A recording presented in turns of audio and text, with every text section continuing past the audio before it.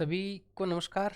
आज की क्लास में समाजशास्त्र जो आपके आरएस मेंस में पेपर फर्स्ट इकाई 3 और यूनिट खंड ए जो 20 नंबर का आएगा का रिवीजन करेंगे। केवल आपको क्लास को सुनना है और नोट्स ऐप पे तो अवेलेबल है, चाहेंगे तो टेलीग्राम पे भी अवेलेबल करवा देंगे। मैं इतना चाह रहा हूँ कि जितने समय में आप इसको किसी किताब से या नोट से रिवाइज करें उतने में केवल बोल के बोर्ड का प्रयोग मैं कम से कम करूँगा, बोल के आपको चीज़ों को याद करा दूँ। तो सबसे पहले आपको ध्यान ये रखना है, आपके टोटल सिलेबस में 4 खंड दिए हुए हैं, सिलेबस के 4 पार्ट हैं। पहले पार्ट में लिखा हुआ है भारत में समाजशास्त्रीय विचारों का डेवलपमेंट विकास लिखा हुआ है पहला। फिर उसमें कुछ सब टॉपिक टाइटल दिए हुए होते हैं। जैसे पहला टाइटल लिखा हुआ है जाति और वर्ग के बारे में, फिर उसमें 4 बातें लिखी हुई हैं आपके, प्रकृति, उद्भव, प्रकार्य और चुनौतियाँ। ये सिलेबस की यूनिट है। दूसरी यूनिट आपको परिवर्तन की प्रक्रिया के बारे में लिखा हुआ है, जिसमें आपको 3 चीज़ें पढ़नी है। पहला आपको संस्कृतिकरण पढ़ना है, दूसरा आपको लौकिकरण पढ़ना है और तीसरा आपको भूमंडलीकरण पढ़ना है। फिर तीसरी यूनिट में आपके चैलेंजेस लिखे हुए चुनौतियाँ, जिसमें टोटल 8 चुनौतियाँ एक कैटेगरी में है और 9वीं चुनौती जो है वीकर सेक्शन को लिए उसमें वृद्ध, दलित और दिव्यांग के बारे में लिखा हुआ है। 8 चुनौतियाँ कौन कौन सी लिखी हुई हैं? दहेज लिखा हुआ है, तलाक लिखा हुआ है, बाल विवाह लिखा हुआ है, भ्रष्टाचार लिखा हुआ है, मादक जो पदार्थ है उनका दुर्व्यसन लिखा हुआ है, सांप्रदायिकता लिखा हुआ, गरीबी लिखा हुआ और बेरोजगारी लिखा हुआ है। और अंतिम जो आपके सिलेबस की इकाई है उसमें जनजातीय समाज लिखा हुआ है, जिसमें भील, मीणा और ग्रासिया। तो क्या समझ में आया? टोटल आपके 4 इकाई हैं। बहुत शॉर्ट में समराइज करें तो पहले आपके जाति और वर्ग के बारे में लिखा हुआ है, इसमें टोटल 4 पॉइंट पढ़ के जाने हैं। दूसरे पॉइंट में आपको पढ़ना है परिवर्तन की प्रक्रिया, जिसमें टोटल 3 पॉइंट पढ़ के जाने हैं। तीसरे में भारतीय समाज की चुनौतियां पढ़नी है, जिसमें टोटल 9 चुनौतियां पढ़ के जानी है। और अंतिम आपको ट्राइब सोसाइटी लिखा हुआ है, ट्राइबल समाज के बारे में, जिसमें भील, मीणा, ग्रासिया 3 चीज़ें पढ़ के जानी है। क्लियर हो गया? अब सबसे पहला जो अपना टॉपिक होगा वो होगा भारत में समाजशास्त्रीय विचारों का डेवलपमेंट कैसे हुआ, विकास कैसे हुआ। देखिए, ऐप में अपने बहुत अच्छे से किया है, डिटेल के साथ में समझाने का प्रयास किया, अब केवल रिवीजन होगा। तो टॉपिक है भारत में समाजशास्त्रीय विचारों का विकास।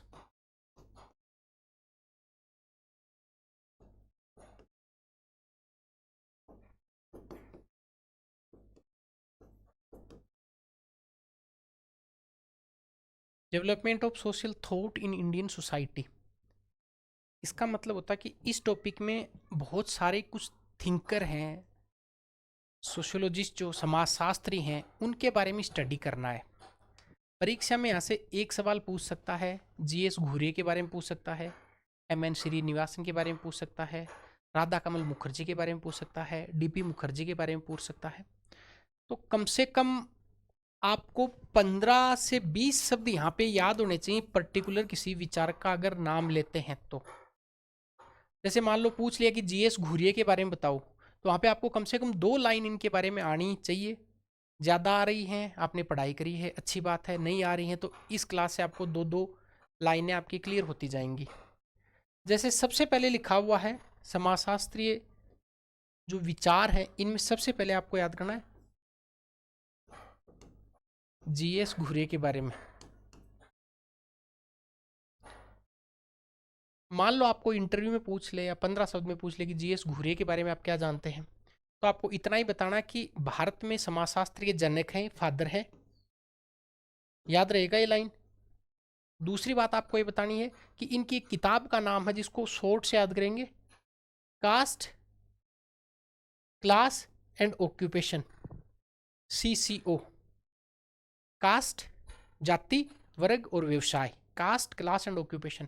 और तीसरी बात आपको यहाँ पे बता के जानी है कि इन्होंने जाति की 6 विशेषताएं बताई हैं, जो कि आगे जाति में पढ़ेंगे अपन। जीएस घुरे ने जाति की कौन सी विशेषताएं बताई है, 6, जिनका आगे स्टडी करेंगे। जीएस घुरे के बारे में आपको आए तो 15 शब्द में इतना याद रखना है। क्या क्या बताएंगे? भारत में समाजशास्त्र के जनक हैं, फादर हैं, इनकी किताब का नाम, और इन्होंने जाति की 6 विशेषता बताई। अब हो सकता है कि आपको इनके बारे में और 8 बातें पता हो, अच्छी बात है। ये मिनिमम के लिए क्लास। दूसरे विचारक आएंगे एम.एन. श्रीनिवासन। एम.एन. श्रीनिवासन, नाम से इनको ऐसे श्रीनिवासन नाम से ही लग रहा कि ये दक्षिणी भारत साइड के होंगे। तो आपको इतना याद रखना है कि इनकी किताब का नाम है, वो है रिमेम्बर्ड विलेज। कभी को गांव में गए होंगे श्रीनिवासन साहब, वो भी सी बात है कि कर्नाटक का एक मैं ठीक से नाम याद कर पाऊँ, रामपुरा गांव में इन्होंने स्टडी किया। तो आप इनके बारे में याद रखेंगे। इनकी बुक का नाम, विचारक की एक तो बुक का नाम, एक इनका कोई स्टेटमेंट, और एक इनकी कोई विशेषता जो आपको समझ में आती है। 5 विशेषताएं आती हैं, अच्छी बात है, पर अगर आप 3 भी लिख के आएंगे तो बहुत अच्छी बात है, क्योंकि कम से कम तो लिख के आए, फिर ज़्यादा अगर आपको आ रहा तो उसका तो कोई जवाब भी नहीं है। तो एक तो इनकी किताब का नाम याद रखेंगे, नाम याद करेंगे रिमेम्बर्ड विलेज। कहाँ पे स्टडी किया? कर्नाटक का एक गांव है रामपुरा, रामपुरा गांव में। ये लिखना जरूरी है? नहीं, नहीं याद रहेगा परीक्षा में, रहे तो भी ठीक है। इनका किताब का नाम याद रखेंगे रिमेम्बर्ड विलेज, और कर्नाटक के रामपुरा गांव में स्टडी किया। इनकी 2 बातें याद रखनी है। एक तो इन्होंने प्रभु जाति की अवधारणा दी, ये याद रखना, प्रभु जाति। आगे पढ़ेंगे क्या प्रभु जाति। तो श्रीनिवासन के बारे में पूछे तो आपको एक लाइन लिख के आनी है, इन्होंने प्रभु जाति की अवधारणा दी। और दूसरा, समाज में जो परिवर्तन हो रहे हैं, सोसाइटी में जो चेंज हो रहे हैं, उनका इन्होंने स्टडी किया। समझ में आ जाएगा। क्या क्या याद रखेंगे? एम.एन. श्रीनिवासन की किताब का नाम याद रख लेंगे। ऐसे विचार इनके और भी हैं भाई, संस्कृतिकरण की अवधारणा भी इन्होंने दी थी, याद रहे तो ठीक है, वरना परीक्षा में इतना तो जरूर याद रखेंगे। रिमेम्बर्ड विलेज, रिमेम्बर आप याद करो उस गांव को, तो आपको याद रखना रिमेम्बर्ड विलेज किताब है। दूसरा, कर्नाटक के रामपुरा गांव में स्टडी किया। और तीसरा बात आप याद रखेंगे प्रभु जाति, और आगे एक टॉपिक है संस्कृतिकरण, उसका इन्होंने अवधारणा प्रस्तुत की, और समाज में हो रहे बदलावों का स्टडी किया। तो 4 पॉइंट याद रखेंगे। बुक का नाम, कर्नाटक के रामपुरा गांव में स्टडी किया, समाज में हो रहे परिवर्तनों के बारे में बताया, और चौथी बात संस्कृतिकरण, जो संस्कृताइजेशन एंड जो प्रभु जाति की अवधारणा इन्होंने प्रस्तुत करी। ये आपको एम.एन. श्रीनिवासन के बारे में ये कम से कम 3 बातें याद रखनी है। अगले विचारक का नाम आएगा, वो आएंगे डी.पी. मुखर्जी।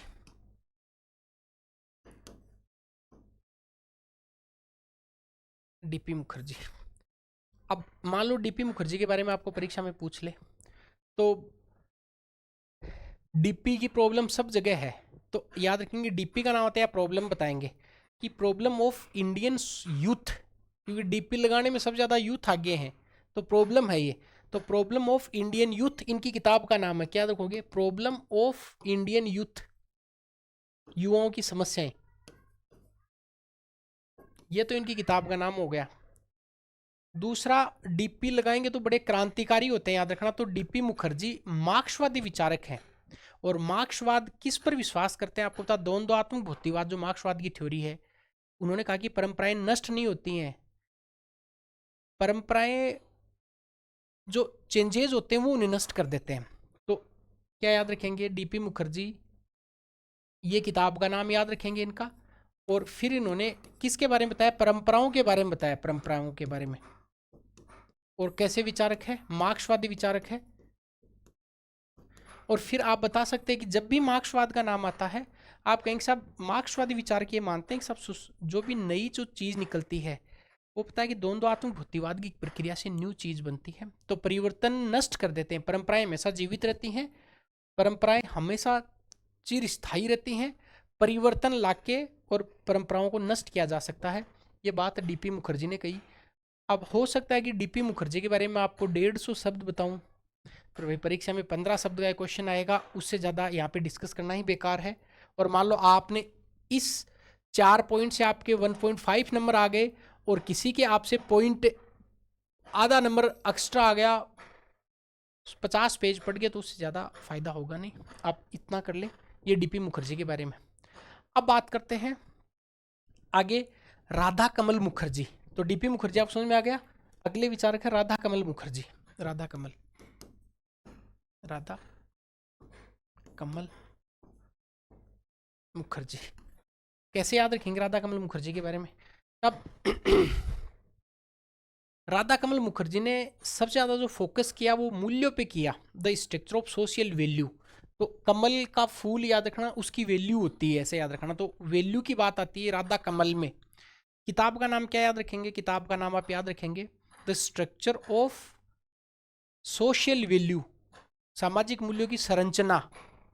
तो स्ट्रक्चर किसका? कमल का है, तो याद करेंगे। प्रॉब्लम डीपी की प्रॉब्लम, यूथ की प्रॉब्लम, डीपी में यूथ की प्रॉब्लम थी। इधर आप याद रखेंगे राधा कमल मुखर्जी के बारे में कि the structure of social value इनकी किताब का नाम है। ठीक है, अब मूल्यों की बात आती है तो इसका मतलब जितने सारे मूल्य आगे देखने वाले हैं अपन, उन मूल्यों की विशेषता इन्होंने बताई। और इन्होंने कहा कि समाज का जो डेवलपमेंट होता है वो मूल्यों से ही होगा। तो तीन बातें याद रखेंगे कि राधा कमल का नाम होता है, मूल्य नहीं लिखेंगे तो आपका उत्तर अधूरा होगा। मूल्य से किताब निकल जाएगी, मूल्य से समाज का विकास निकल जाएगा। तो the structure of social value किताब का नाम है। और इन्होंने कहा कि सोसाइटी का जो डेवलपमेंट है वो मूल्यों से ही होता है, और मूल्यों का इन्होंने स्टडी किया। अंतिम विचारक आते A R Desai. A R Desai याद रखेंगे, ए आर देसाई साहब के बारे में आप विचार याद रखेंगे कि जनरली इनका जो फोकस था ये रूरल, मतलब जो ग्रामीण क्षेत्र उन पर ज़्यादा फोकस था। कैसे याद रखेंगे? देसाई की एक बीड़ी आती है और वो गांव के लोग पीते हैं, मजदूर पीता है, किसान पीता है, आम आदमी पीता है। तो देसाई साहब का मुख्य फोकस था वो गरीब आदमी, किसान, मजदूर आदि को आंदोलन के लिए प्रेरित किया। भाई वैसे भी बीड़ी पीते हैं तो चिंगारी उठती है, तो बीड़ी से याद रखेंगे कि ये यहाँ पे जो लोग हैं, गरीब जो व्यक्ति हैं, पिछड़े जो लोग हैं, किसान है, मजदूर है, स्वतंत्रता आंदोलन के टाइम में उनको इन्होंने प्रेरित करने का काम किया। दूसरा कि मार्क्सवादी विचारक हैं, तो ये भी मार्क्सवादी विचारक हैं, ए आर देसाई मार्क्सवादी हैं। और याद रखेंगे इनका जो फोकस था ये ग्रामीण रूरल एरिया पे था, गरीब आदमी, किसान, मजदूर आदि को इन्होंने प्रेरित किया। और ओबियस सी बात है कि जब ग्रामीण क्षेत्र पर फोकस करेंगे तो इनकी किताब भी किस पर बेस्ड रहेगी? रूरल सोसाइटी पर। तो इनकी किताब का नाम है the rural society, the rural society. ये लीजिए भाई, ये आपके अगर विचारकों को लेकर कोई क्वेश्चन आता है तो आप इस क्लास को एक बार और बैक करके सुन लीजिए। ये 15-15 शब्द यहाँ से निकल जाएंगे, इससे ज़्यादा आपको करने की ज़रूरत नहीं है। कर रखा है तो इससे कोई उसका कोई जवाब नहीं है। अब बात करते हैं कुछ विदेशी विचारक। विदेशी विचारकों को लेकर क्वेश्चन नहीं पूछेगा आपसे, केवल इतना पूछेगा किन्हीं दो विदेशी विचारकों के नाम बताओ, तीन के नाम बताओ। तो आप बता देना साहब, एक अगस्त काम्टे बता देना, एक आप इमाइल दुर्खिम नाम बता देना, एक हर्बर्ट रिजले बता देना। सुन लो मेरे नाम, एक तो रिजले, एक दुर्खिम। इनके नाम जो पॉलिटिकल साइंस की स्टूडेंट हैं उन्होंने भी सुने हैं, पब्लिक एड वालों ने भी सुने हैं, और सोशोलॉजी वालों ने सुने।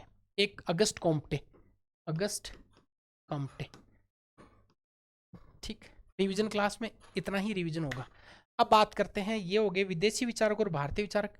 अब बात करते हैं कास्ट को लेकर, जाति को लेकर। सबसे पहले जाति का अर्थ क्या है, जाति की परिभाषा क्या है, जाति की विशेषताएं क्या है, जाति में परिवर्तन लाने वाले कारक क्या क्या है, जाति के प्लस पॉइंट क्या, जाति के नेगेटिव पॉइंट क्या क्या है। तो नाउ मूव टू कास्ट, जाति।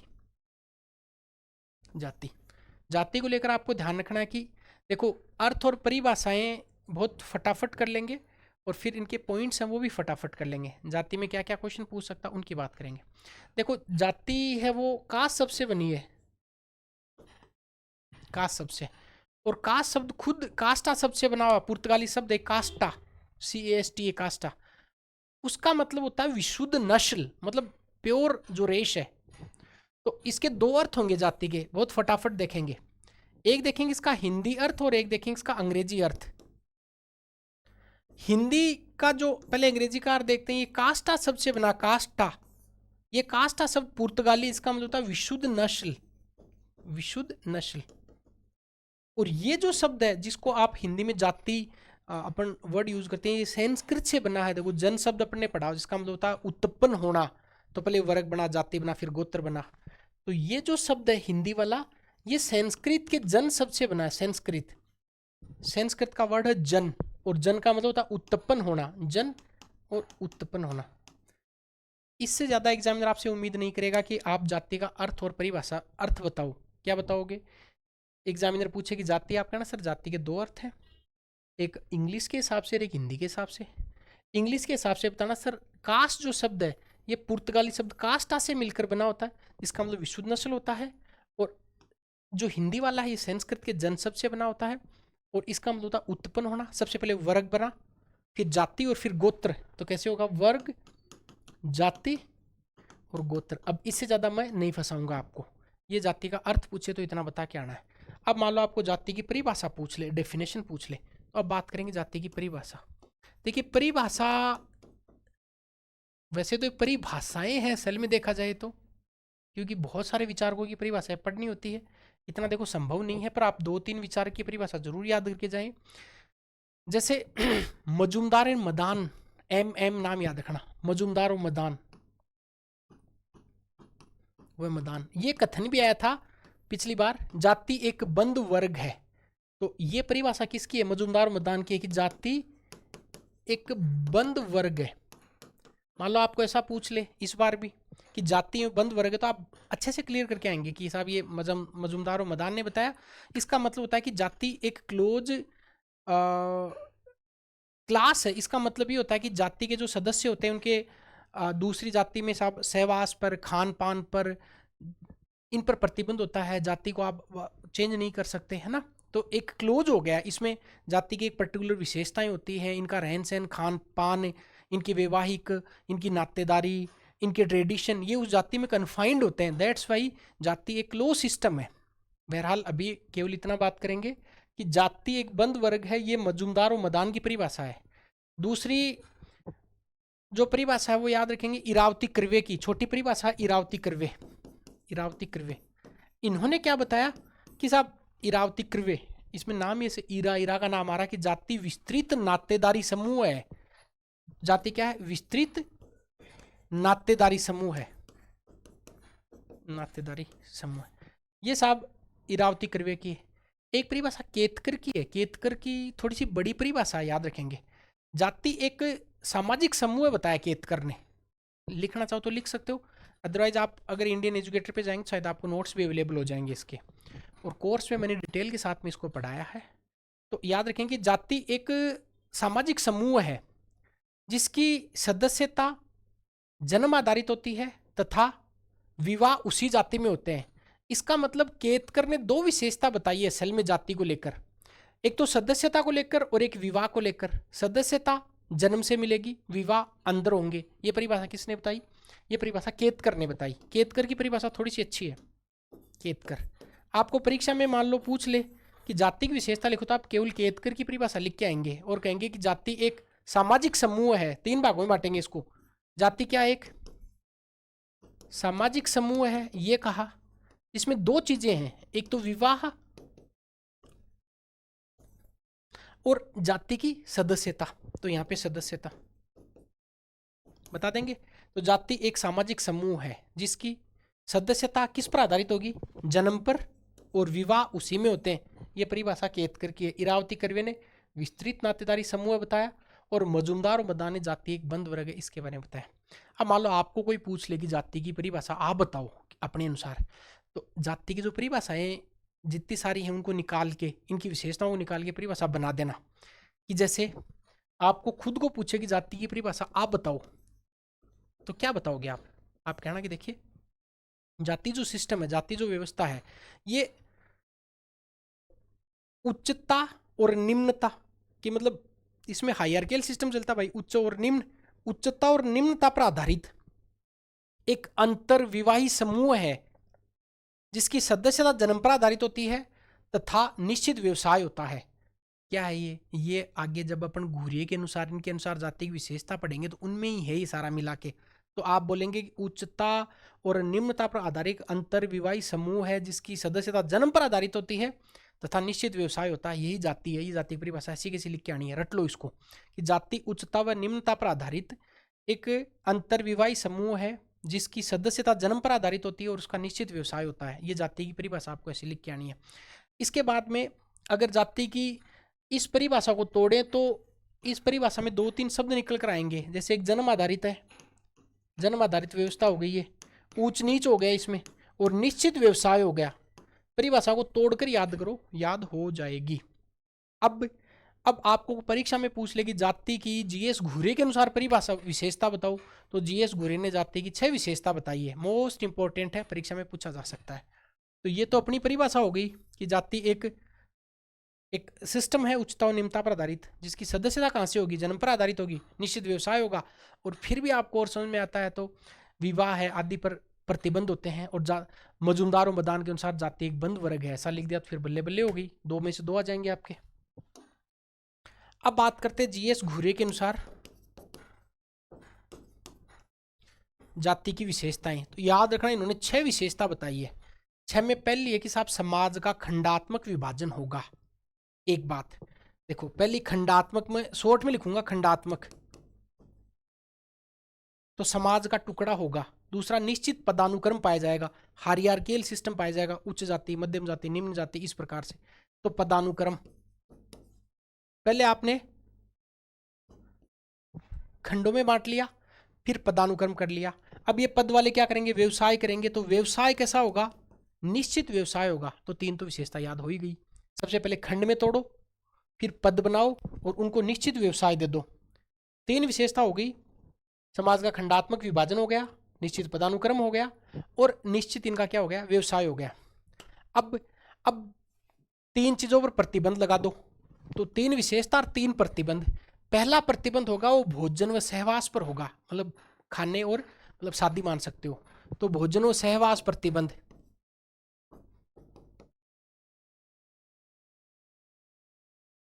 एक तो ये प्रतिबंध लगा दिया आपने। दूसरा, नागरिक और धार्मिक जो विशेषाधिकार है और प्रतिबंध, तो नागरिक धार्मिक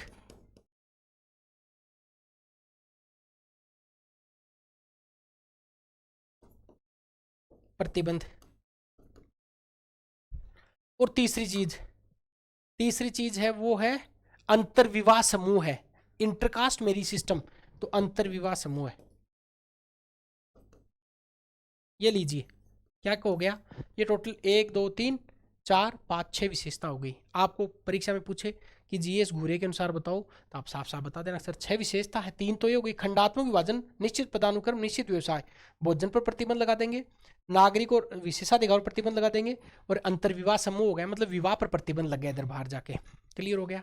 चलिए, इसके बाद में एक समाजशास्त्री हुए हैं लुई डुमा ने इनकी कुछ 4-5 विशेषता और बताई कि आपको क्वेश्चन मान लो कभी पूछ ले कि लुई डुमा के अनुसार, लुई डुमा में नाम लिखता हूं, लुई डुमा के अनुसार विशेषता बताओ, तो आप कहना सर लुई डुमा ने भी जीएस घुरे की तरह कुछ विशेषताएं बताई है। पहला इन्होंने कहा कि अंतर्विवाह समूह है, वो की वो विशेषता हो गई, अंतर विवाह समूह है, एक तो यह बता के आना। दूसरी आप बता के आना पदानुक्रम, निश्चित पदानुक्रम पाया जाएगा, तो पदानुक्रम वही, ये दूसरी विशेषता हो गई। तीसरी इन्होंने बताई श्रम विभाजन बताया, और पवित्रता और अपवित्रता बताई, तो तीसरा श्रम विभाजन, डिवीजन ऑफ लेबर, और एक बताया इन्होंने प्योरिटी और इम्प्योरिटी, पवित्रता और अपवित्रता, पवित्रता व अपवित्रता। ये हो गया साहब आपको लुई डुमा के अनुसार आपको पूछे तो। मैं रिपीट नहीं कर रहा हूँ, क्यों, क्योंकि पीछे आके आप देख लो, वापस बैक करके आप देख लो। अब जाति व्यवस्था की उत्पत्ति देखेंगे कि उत्पत्ति कैसी होती है जाति व्यवस्था की। देखिए, जाति व्यवस्था की उत्पत्ति को लेकर कई सारी थ्योरी है, कई सारे सिद्धांत है।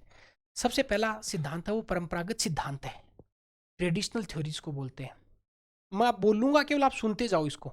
नोट्स नहीं है तो आप ऐप पे जाएंगे तो आपको कोर्स में आपको शो हो जाएगा कि सोशियोलॉजी नोट्स पीडीएफ, वहाँ उस कोर्स में ही आप मतलब कोर्स वाले सेक्शन में जाएंगे तो वहाँ पे आपको शो हो जाएगा, या ई बुक में शो हो जाएगा, देखा जैसा होगा आप देख लेना। तो सबसे पहले आता है इसका परंपरागत सिद्धांत। परंपरागत थ्योरी ये कहती है कि साहब ऋग्वेद का जो 10वां मंडल है इसमें पुरुष सूक्त है, और उसमें 4 वर्णों का उल्लेख किया गया है, ब्राह्मण, क्षत्रिय, वैश्य और शूद्र, और वहीं से फिर जाति निकल के आ गया, जाति व्यवस्था इसके आगे कन्वर्ट हो गई। तो परंपरागत सिद्धांत आपको पूछे क्या बताओगे, साहब ऋग्वेद के 10वें मंडल के पुरुष सूक्त में 4 वर्णों का उल्लेख किया गया है, ब्राह्मण, क्षत्रिय, वैश्य और शूद्र, ये इसका सिद्धांत है। एक प्रजातीय सिद्धांत, रेशियल थ्योरी, ये हर्बर्ट रिजले ने दी इस थ्योरी को, और हर्बर्ट रिजले का समर्थन किया जीएस घुरे ने। उन्होंने कहा कि आर्य जो लोग हैं वो भारत में आए और उन्होंने अनार्यों के साथ में वैवाहिक संबंध स्थापित किए और प्रजाति मिश्रण हो गया और फिर जाति उत्पन्न हो गई। जैसे क्षत्रिय है वो ब्राह्मण से करेगा तो शूद्र उत्पन्न हो जाएगा, शूद्र है वो अगर ब्राह्मण से करता तो फिर चांडाल की उत्पत्ति होगी। कुल मिला के आप इतना याद रख लेंगे कि सब प्रजाति सिद्धांत, मान लो 1500 में पूछ लिया प्रजाति सिद्धांत के बारे में, आप बताओगे कि सर हर्बर्ट रिजले ने ये थ्योरी प्रपाउंड की और जीएस घुरे ने समर्थन किया। ठीक है, फिर तीसरी बात आप बता के आ जाएंगे कि अनार्य हैं वो भारत में आए, आर्य भारत में आए और अनार्यों के साथ में संबंध, वैवाहिक संबंध स्थापित किए और संतान उत्पन्न हुई और मिश्रित जाति बन गई। तीसरा इसका है वो धार्मिक सिद्धांत है, इसके प्रतिपादक हेकार्ट हैं और सेनकार्ट। हेकार्ट और सेनकार्ट याद रखेंगे, हेकार्ट सेनकार्ट, हेकार्ट सेनकार्ट नाम याद रखेंगे। हर्बर्ट रिजले किसके हैं? प्रजाति वाले के। हेकार्ट और सेनकार्ट किसके हैं? धार्मिक सिद्धांत के। इन्होंने कहा कि देखिए प्राचीन काल में जो यज्ञ होता था उस यज्ञ में बहुत सारी गतिविधियों का संचालन किया जाता था और उन गतिविधियों के आधार पर जातियां बन गई कि कौन कौन सा कार्य कर रहा है। बात समझ में आ गई? एक मिनट।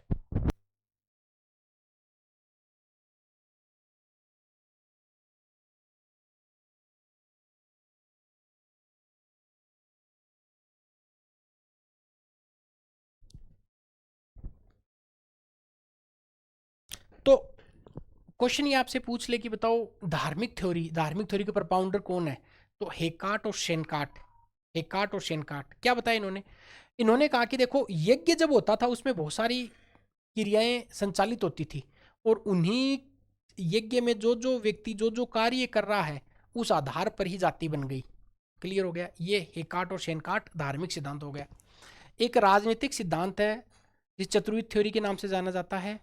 इसके प्रतिपादक समर्थक जीएस गुरे, अब्बा हुएर्स इसके प्रतिपादक है, प्रोफाउंडर है। उन्होंने कहा कि जो वर्ण व्यवस्था है यही फिर आगे आके जाति व्यवस्था में बदल गई। एक है ऑक्यूपेशनल थ्योरी, व्यवसायिक सिद्धांत। नेसफील्ड ने इस सिद्धांत के बारे में बताया कि साहब अलग अलग व्यवसाय करने वाले ही अलग अलग जातियां बन गई। अब बहुत सारी एक थ्योरी जैसे एकीकृत सिद्धांत है, हट्टन ने इसका प्रतिपादन किया। एक उद्विकास का सिद्धांत है, पर इतना याद रखने की आपको जरूरत नहीं है। आप बस इतना याद रख लेंगे कि साहब रेशियल थ्योरी क्या है, धार्मिक सिद्धांत क्या कहता है, परंपरागत सिद्धांत क्या कहता है, और उद्विकास याद रखने की आपको जरूरत नहीं है। 2-3 थ्योरी आप याद रख लेंगे। अब बात है जाति व्यवस्था के लाभ के बारे में कि जाति व्यवस्था के लाभ क्या है, जाति व्यवस्था की हानि क्या होती है। लाभ और हानियां, इधर लाभ लिखेंगे इधर हानियां लिखेंगे जाति व्यवस्था की।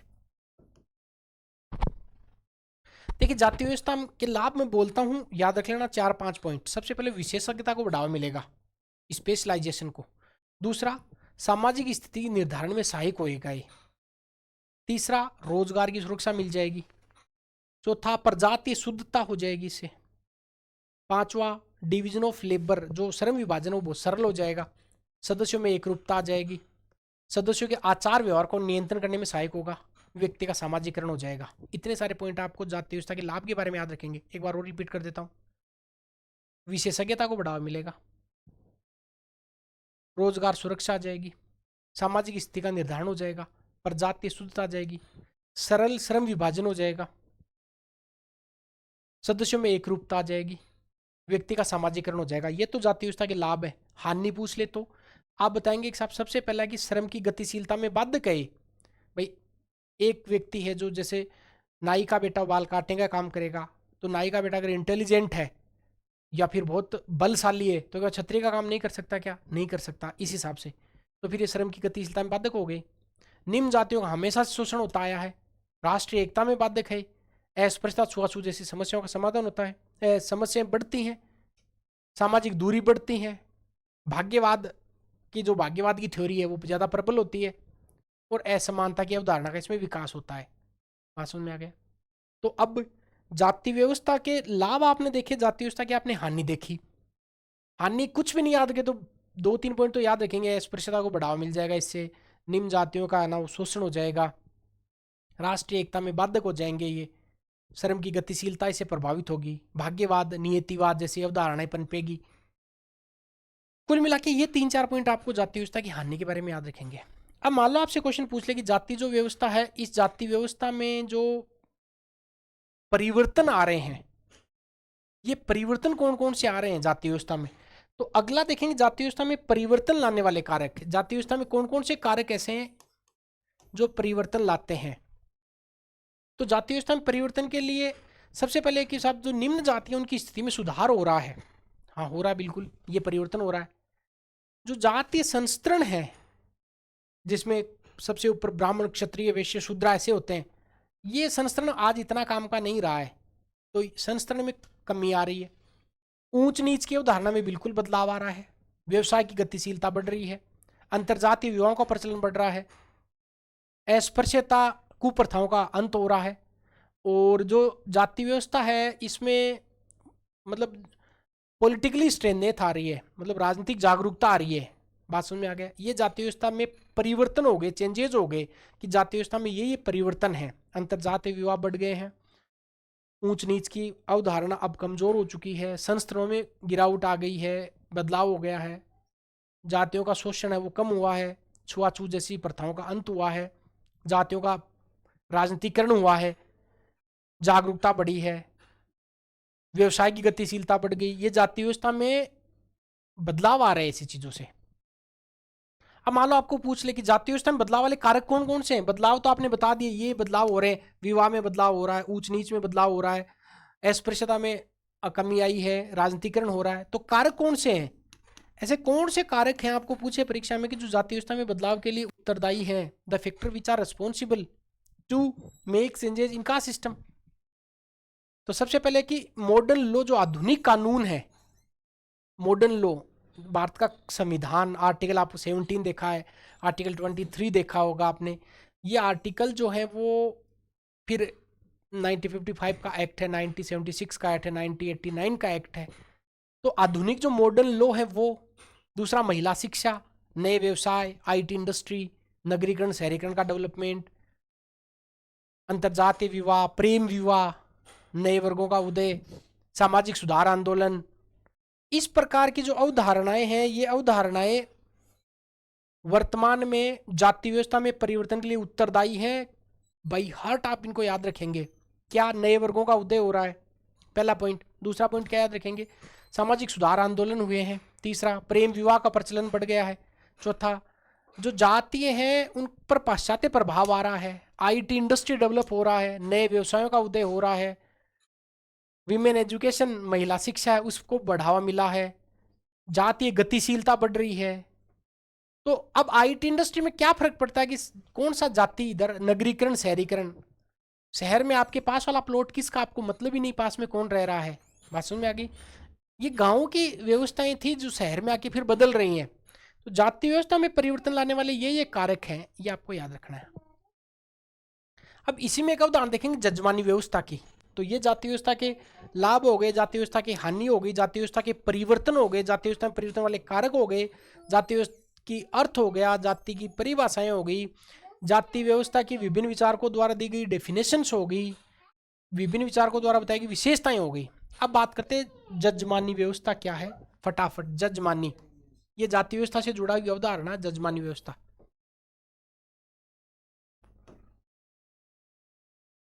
बहुत फास्ट रिवीजन कर रहे हैं। ये मैंने 25-26 क्लासों में ऐप में पढ़ाया, यहाँ आपको 2 घंटे में पूरा रिवीजन हो रहा, तो फास्ट होगा। देखो, जजमानी व्यवस्था। आपको मान लो परीक्षा में ये पूछे कि जजमानी व्यवस्था क्या, तो शुरुआत कहाँ से करेंगे? मैं बोलूंगा क्यों, लिखूंगा नहीं। आपको बताना कि साहब जाति व्यवस्था में एक आर्थिक संविदा है, इकोनॉमिक कॉन्ट्रैक्ट है, आर्थिक संविदा।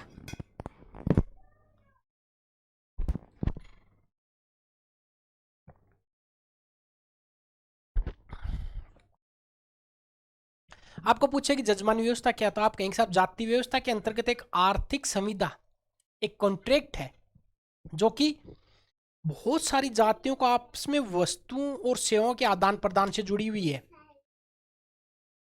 कुछ जातियां हैं वो वस्तु सेवाएं देती थी और कुछ लेती थी। तो जो सेवा प्रदाता वो तो जजमान हो गया, जो सेवा प्राप्त करने वाला वो तो जजमान हो गया, और जो प्रदान करने वाला उसे कमीन या प्रजा कहा जाता था। बात समझ में आ गया? तो पहली लाइन आप क्या याद रखेंगे? पहली लाइन आप याद रखेंगे कि जजमानी व्यवस्था लिखेंगे, जाति व्यवस्था के अंतर्गत एक आर्थिक संविदा होती थी जिसमें विभिन्न जातियां आपस में वस्तुओं और सेवाओं का आदान प्रदान करती थी। 2 लाइन हो गई।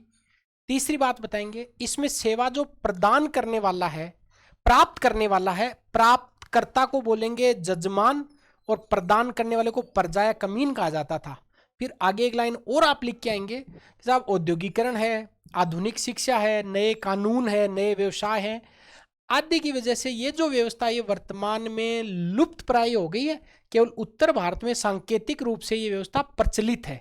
ये 4 लाइन में उत्तर। पहली लाइन क्या लिखेंगे, ये एक आर्थिक संविदा थी, ये एक इकोनॉमिक कॉन्ट्रैक्ट था बहुत सारी जातियों के मध्य। किसको लेकर, वस्तुओं और सेवाओं को लेकर। इसमें सेवा प्राप्त करने वाला जजमान और प्रदान करने वाली प्रजा या कमीन कहा जाता था। वर्तमान में नए व्यवसाय, आधुनिक शिक्षा, नगरीकरण, आधुनिकरण आदि की वजह से इस व्यवस्था ये लुप्त प्राय हो गई है और सांकेतिक रूप से उत्तर भारत में देखने को मिलती है। ये आपको बहुत अच्छे से लिख के आना है। वापस रिपीट करता हूं, आर्थिक संविदा थी जिसमें विभिन्न जातियां वस्तुओं और सेवाओं का आदान प्रदान करती थी। जो प्राप्त करेगा वो जजमान कहलाएगा, जो प्रदान करेगा वो प्रजा कमीन कहलाएगा। वर्तमान में लुप्त प्राय हो गई, केवल उत्तर भारत में सांकेतिक रूप से प्रचलित है। लाइन आपकी रटी होनी चाहिए, आप ऐसा कैसा लिख के आएंगे। अब एक अवधारणा हो रहा है प्रभु जाति। प्रभु जाति आगे आएंगी वैसे तो, पर अभी देख लो प्रभु जाति। शॉर्ट में बता देता हूं प्रभु जाति।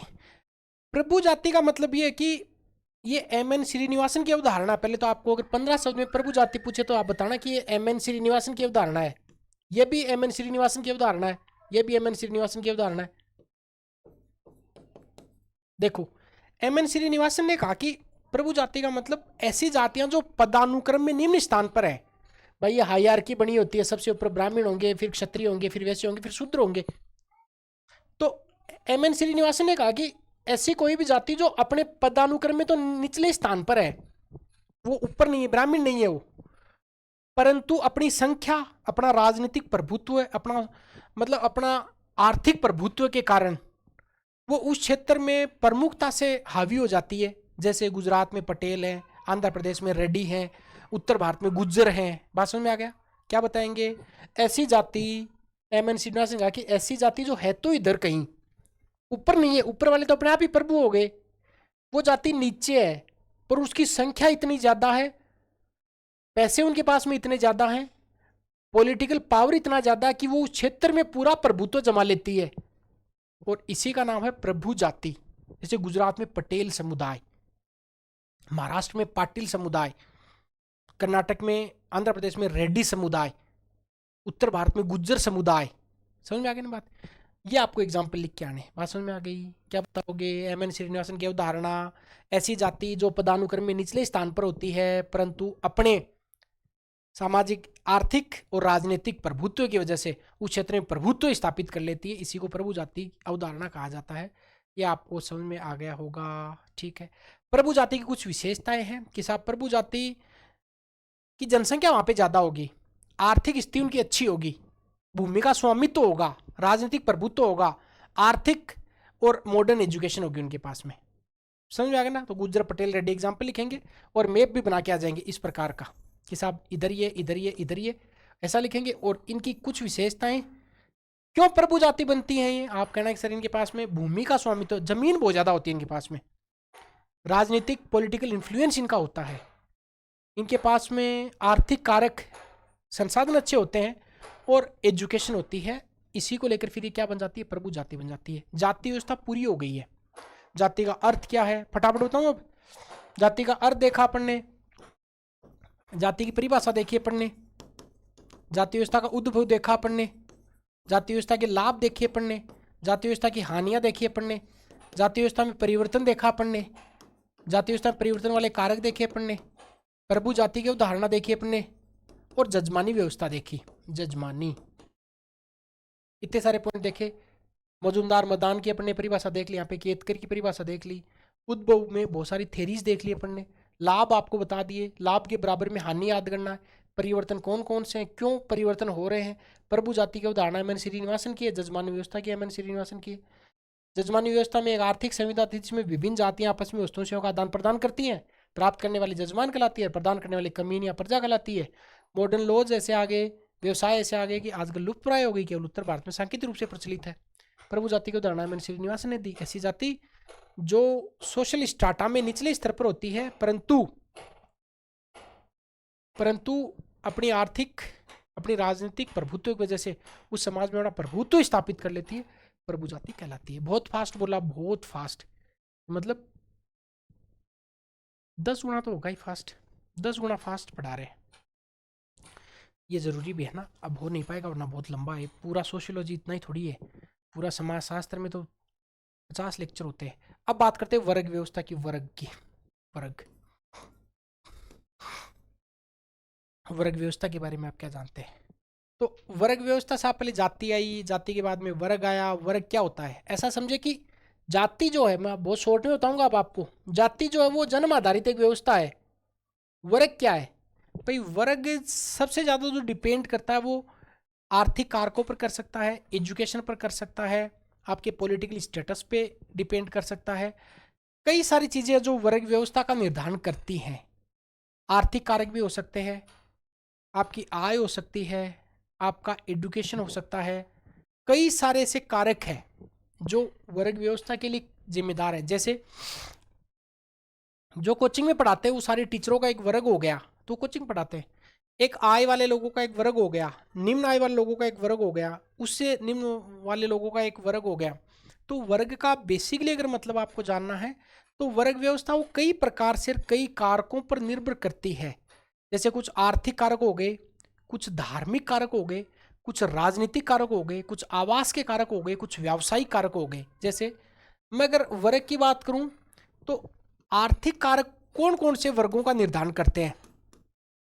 राजनीतिक कारक कौन कौन से वर्गों का निर्धारण करते हैं? इसके अलावा धार्मिक कारक कौन कौन से वर्गों का निर्धारण करते हैं?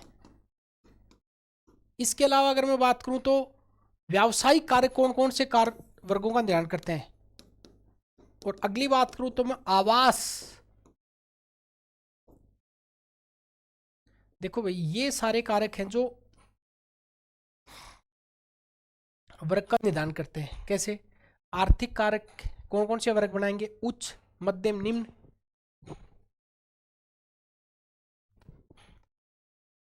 राजनीतिक कारक कौन से वर्ग बनाएंगे? शासक वर्ग, शासन वर्ग, शासित वर्ग और शासक वर्ग बनाएंगे। धार्मिक कारक कौन से बनाएंगे? हिंदू, मुस्लिम, सिख, ईसाई। व्यावसायिक कौन से बनाएंगे? विभिन्न प्रकार के व्यवसाय करने वाले, जैसे मालिक है, मजदूर है, शिक्षा है, डॉक्टर है, इंजीनियर है। और आवास, ग्रामीण वर्ग और शहरी वर्ग। तो वर्गों के लिए कई सारे कारक जिम्मेदार हैं जो वर्गों का निर्धारण करते हैं। आपको सबसे अच्छा एक क्वेश्चन यह आ सकता है परीक्षा में कि जाति और वर्ग में अंतर बताओ, यहां से सीधा सीधा। तो difference between class and caste, वर्ग और जाति में अंतर, क्या डिफरेंस है? वर्ग और जाति में क्या क्या अंतर है? वो सीधा सा है, एक साइड में जाति लिखेंगे और एक साइड में वर्ग लिखेंगे। जाति जो है ये सामाजिक अवधारणा, आपको पता, सोशल कंसेप्ट है, जबकि वर्ग एक आर्थिक अवधारणा है। जाति मैं बोलूँगा केवल सुनते जाना आपको, ये मेरी मजबूरी है ये कि अब आपको केवल 2-3 घंटे में ही पूरा करवाना, वरना तो फिर वही बात हो जाएगी, रिवीजन का मतलब नहीं रहेगा। वर्ग जो है ये आर्थिक अवधारणा है, जबकि जाति है वो एक सामाजिक या सांस्कृतिक अवधारणा है। तो पहला अंतर तो ये हो गया। दूसरा अंतर, वर्ग जो है वो एक खुला और गतिशील व्यवस्था है, जबकि जाति एक बंद व्यवस्था है। वर्ग लोकतांत्रिक सिस्टम पर चलता है, जबकि जाति है लोकतांत्रिक सिस्टम पर चलती है। जाति में आपको प्रदत्त परिस्थिति होती है, पेड स्टेटस होता है आपका, आपको किसी का दिया हुआ स्टेटस, अपने आप मिला हुआ स्टेटस होता है, प्रदत्त किसी ने दे दिया। वर्ग में आपको स्टेटस लेना पड़ता है, अर्जित करना पड़ता है। जाति में व्यवसाय पर प्रतिबंध होते हैं, वर्ग में आप कितना भी व्यवसाय कर सकते हो। यहाँ पे जन्म आधारित व्यवस्था है और ये आय है, व्यवसाय आदि पर आधारित व्यवस्था है। जाति विवाह जाति में ही हो सकते हैं, यहाँ पे कोई प्रतिबंध नहीं है। तो कुल मिला के आपको इतने सारे पॉइंट याद रखने हैं कि वर्ग और जाति का अगर पूछे तो आपको ये 6 पॉइंट जो मैंने बताए वो आपको याद रख के आने। फिर आपसे पूछ ले कि वर्ग व्यवस्था के लाभ क्या क्या है, तो आपको लाभों का याद रखना कि वर्ग व्यवस्था के कौन कौन से लाभ हैं, क्या क्या लाभ होंगे। तो जब भी लाभ पूछे तो आप इस प्रकार से पॉइंट कर देंगे जो जो वर्ग और जाति में अंतर देखे वो इसके लाभ हैं। जैसे इससे पहली बात तो ये होगी कि जो वर्ग है ये लोकतांत्रिक मूल्यों पर आधारित है। दूसरा तो एक डेमोक्रेटिक वैल्यूज पर हो गए। दूसरा पॉइंट आप याद रख सकते हैं साहब, आधुनिकीकरण, ये मॉडर्नाइजेशन पर आधारित है। तीसरा तीसरा आप याद सकते हैं कि समान अवसर सबको प्रदान करता है। चौथा स्वस्थ प्रतिस्पर्धा को बढ़ाता है। पांचवा लैंगिक असमानता जो है इसको कम करता है। और अगला स्वतंत्रता प्रदान करता है। ये वर्ग की क्या होगी, लाभ हो गए। अब आपको पूछे कि वर्ग वर्ग जो है इसकी हानियां बताओ, इसके दुर्गुण कौन से होंगे, हानियां कौन सी होंगी। तो आप बता सकते हैं साहब, बेरोजगारी बढ़ेगी इससे, असमानता असमानता कैसे बढ़ेगी, उच्च वर्ग हमेशा अच्छे रहेंगे, पैसे वाले रहेंगे, गरीब गरीब रहेंगे। पश्चिमीकरण या अंधा अनुकरण है, इसको बढ़ावा मिलता है इससे। तो कुल मिला के वर्ग क्या है, जाति और वर्ग में अंतर क्या है, वर्ग के लाभ क्या है, वर्ग की हानियां क्या है, इससे ज्यादा क्वेश्चन नहीं बनेगा आपकी परीक्षा में।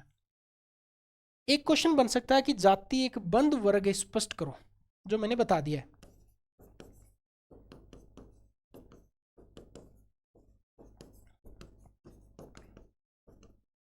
आपको पूछे तो आप इसको करके आ जाएंगे। तो जाति हो गए, आपके वर्ग हो गए, इनके सारे पॉइंट क्लियर हो गए। अब बात करेंगे अपन संस्कृतिकरण की, संस्कृताइजेशन, केवल शॉर्ट में बोल के आपको संस्कृतिकरण क्या है इसके बारे में। फिर लौकिकीकरण देख लेंगे या पश्चिमीकरण देख लेंगे। तो दूसरी यूनिट है परिवर्तन की प्रक्रिया। इसमें पहला संस्कृतिकरण, टी बड़ा आना चाहिए, जब करण प्रत्यय लगा हुआ तब देख लेना थोड़ा सा। संस्कृतिकरण, इसमें सबसे पहले इसका विवेचन, उसके बाद में इसकी परिभाषा, फिर कुछ शब्दावली, विशेषता। क्या क्या देखेंगे, इसका विवेचन, फिर परिभाषा, फिर शब्दावली और अन्य बिंदु। ये संस्कृतिकरण को लेकर अपन डिस्कस करेंगे। सबसे पहले विवेचन करेंगे इसका है क्या, फिर परिभाषा, फिर कुछ शब्दावली देखेंगे, फिर अन्य अन्य में विशेषताएं देख लेंगे। आपको आ ही रहा होगा ये, फिर भी मैं रिपीट करवा देता हूँ। विवेचन किसने बताया ये, तो मैंने आपको बताया था जब अपन M.N. श्रीनिवासन पढ़ रहे थे बताया साहब, इसका विवेचन जो वो M.N. श्रीनिवासन ने किया।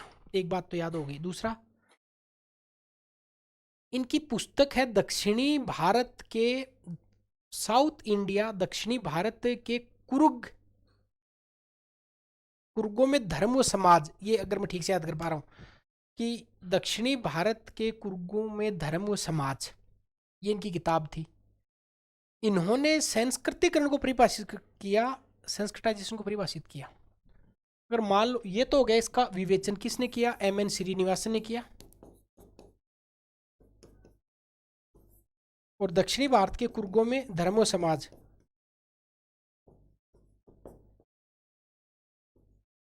ये किताब है, याद रहेगी क्या। फिर इन्होंने डेफिनेशन दी, परिभाषा दी, और परिभाषा में इन्होंने क्या बताया कि साहब, इन्होंने बताया कि होता क्या है संस्कृतिकरण। संस्कृतिकरण का मतलब होता है कि कुछ परिष्कृत होना, ऐसा कुछ फीलिंग आ रही है।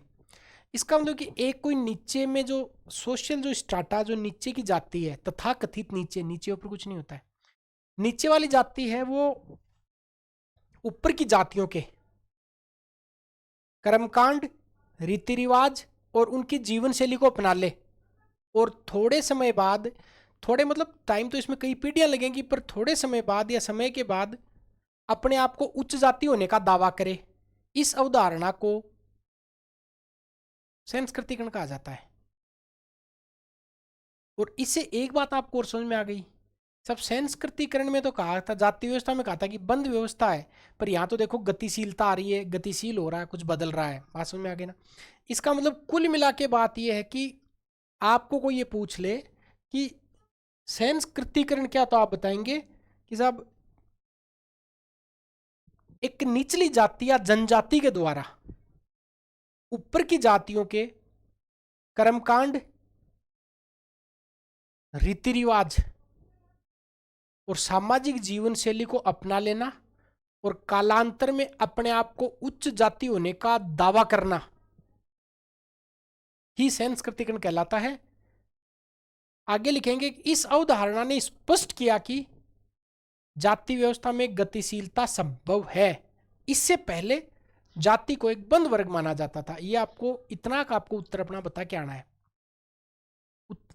इसका आप एग्जाम्पल क्या दे सकते हैं कि विश्वकर्मा जांगीर समुदाय द्वारा वर्तमान में शर्मा स्टेटस ले लेना। ये बात आप थोड़ा सा देख लेंगे, लिख देंगे, विश्वकर्मा जांगीर समाज द्वारा शर्मा स्टेटस लेना।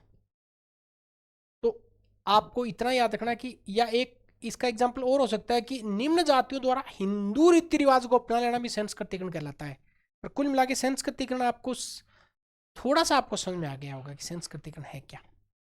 अब इसको लेकर संस्कृतिकरण को 15 शब्दों में कोई पूछ ले तो बता देना कि निम्न जाति द्वारा उस जाति के कर्मकांड रीति रिवाज आदि को अपना लेना और कालांतर में अपने आप को उस जाति होने का दावा कर देना कि संस्कृतिकरण है। अब इसको लेकर कुछ शब्दावली है संस्कृतिकरण को लेकर, उन शब्दावली की चर्चा करेंगे।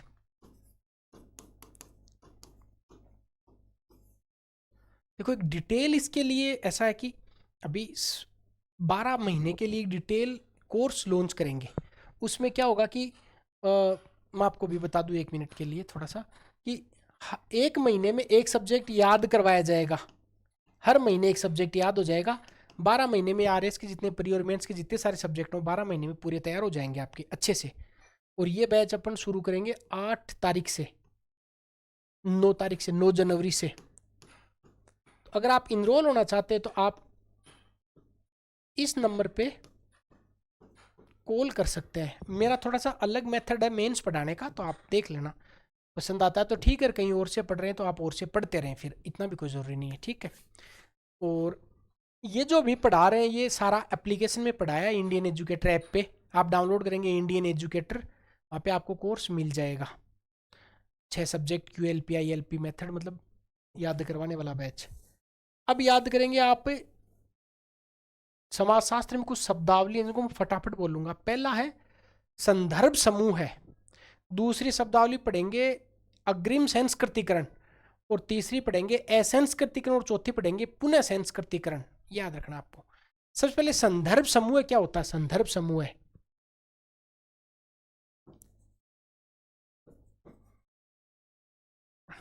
संदर्भ समूह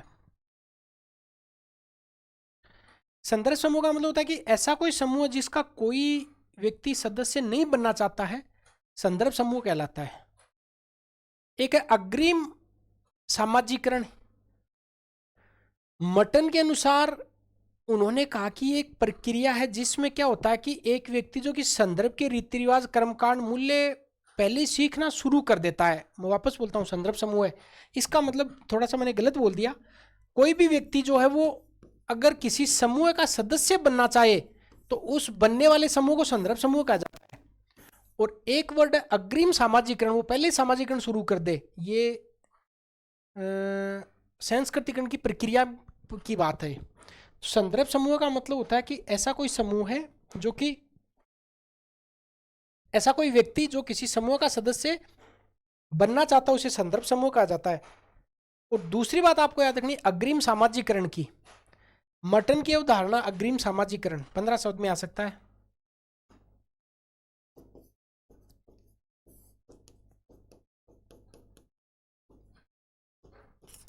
मटन ने कहा कि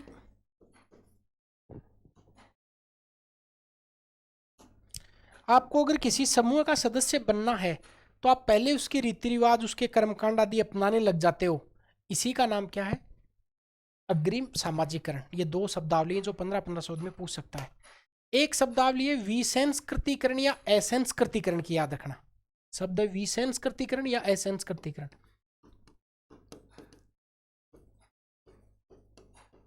या असंस्कृतिकरण।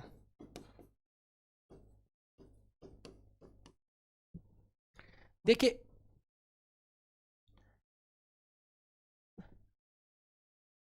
विसंस्कृतिकरण असंस्कृति का मतलब होता है कि यह संस्कृतिकरण की विपरीत अवधारणा है और इसे 2 अर्थों में समझा जा सकता है। अगर कोई उच्च जाति किसी निम्न जाति के कर्मकांड, विचारधारा या जीवन शैली अपना ले, इसे विसंस्कृतिकरण कहा जाता है। और असंस्कृतिकरण क्या है? अगर उच्च जाति द्वारा प्राचीन भारतीय मूल्य, विचारों आदि को त्याग कर पश्चिमी संस्कृति को अपना ले तो इसे असंस्कृतिकरण कहा जाता है, याद रखना। तो विसंस्कृतिकरण और असंस्कृति में आपको मतलब समझ में आ गया होगा कि अगर कोई उच्च जाति द्वारा निम्न जाति के कर्मकांड अपना ले, एक तो ये हो गया, और दूसरा अगर कोई भारतीय जाति जो अपने विचार मूल्य आदि त्याग कर पाश्चात्य जीवन शैली को अपना ले, इसको भी क्या कहा जाता है, असंस्कृतिकरण या विसंस्कृतिकरण कहा जाता है। एक शब्द आपको और समझना, पुनः संस्कृतिकरण। तो पुनः संस्कृतिकरण में आपको याद रखना है कि ये योगेंद्र सिंह की अवधारणा पुनः संस्कृतिकरण, इस वर्ड को भी समझ लो, पुनः संस्कृतिकरण।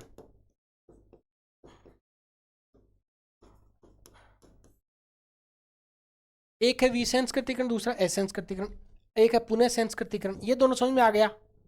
या तो कोई निम्न जाति के विचार अवधारणा उनके रीति रिवाज कर्मकांड अपना लिए जाए, और या कोई पाश्चात्य जीवन शैली को अपना लिया जाए। एक है पुनः संस्कृतिकरण।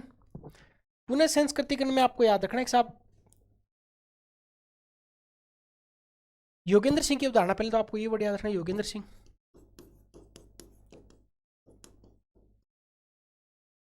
फिर आपको याद रखना है कि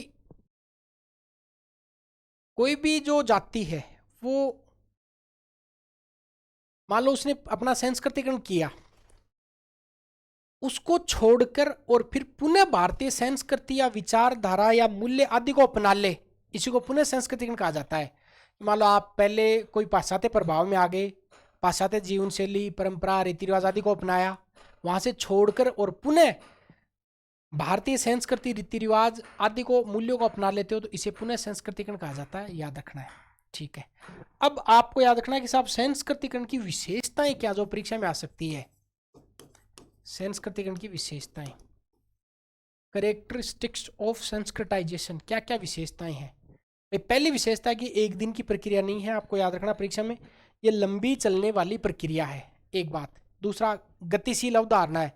तीसरी, सामूहिक प्रक्रिया, कोई एक व्यक्ति की प्रक्रिया नहीं है। चौथी बात, द्विमार्गी प्रक्रिया है, ऊपर से नीचे भी आ सकते हैं, नीचे से ऊपर भी जा सकते हैं। पांचवी बात, न केवल ब्राह्मणों का अनुसरण बल्कि अन्य जातियों का अनुसरण भी किया जा सकता है। और अंतिम बात, ये पदमूलक परिवर्तन है, याद रखना है कि ये जो स्ट्रक्चरल चेंजेस नहीं है, केवल पदमूलक परिवर्तन होते हैं। ये संस्कृतिकरण की विशेषता हो गई। अब बात करते हैं पश्चिमीकरण क्या है। पश्चिमीकरण की विशेषता, छोटा सा वर्ड है, याद रख लेंगे परीक्षा के लिए, और नहीं भी याद करें तो चल जाएगा। इसकी केवल मैं परिभाषा बताऊंगा पश्चिमीकरण की।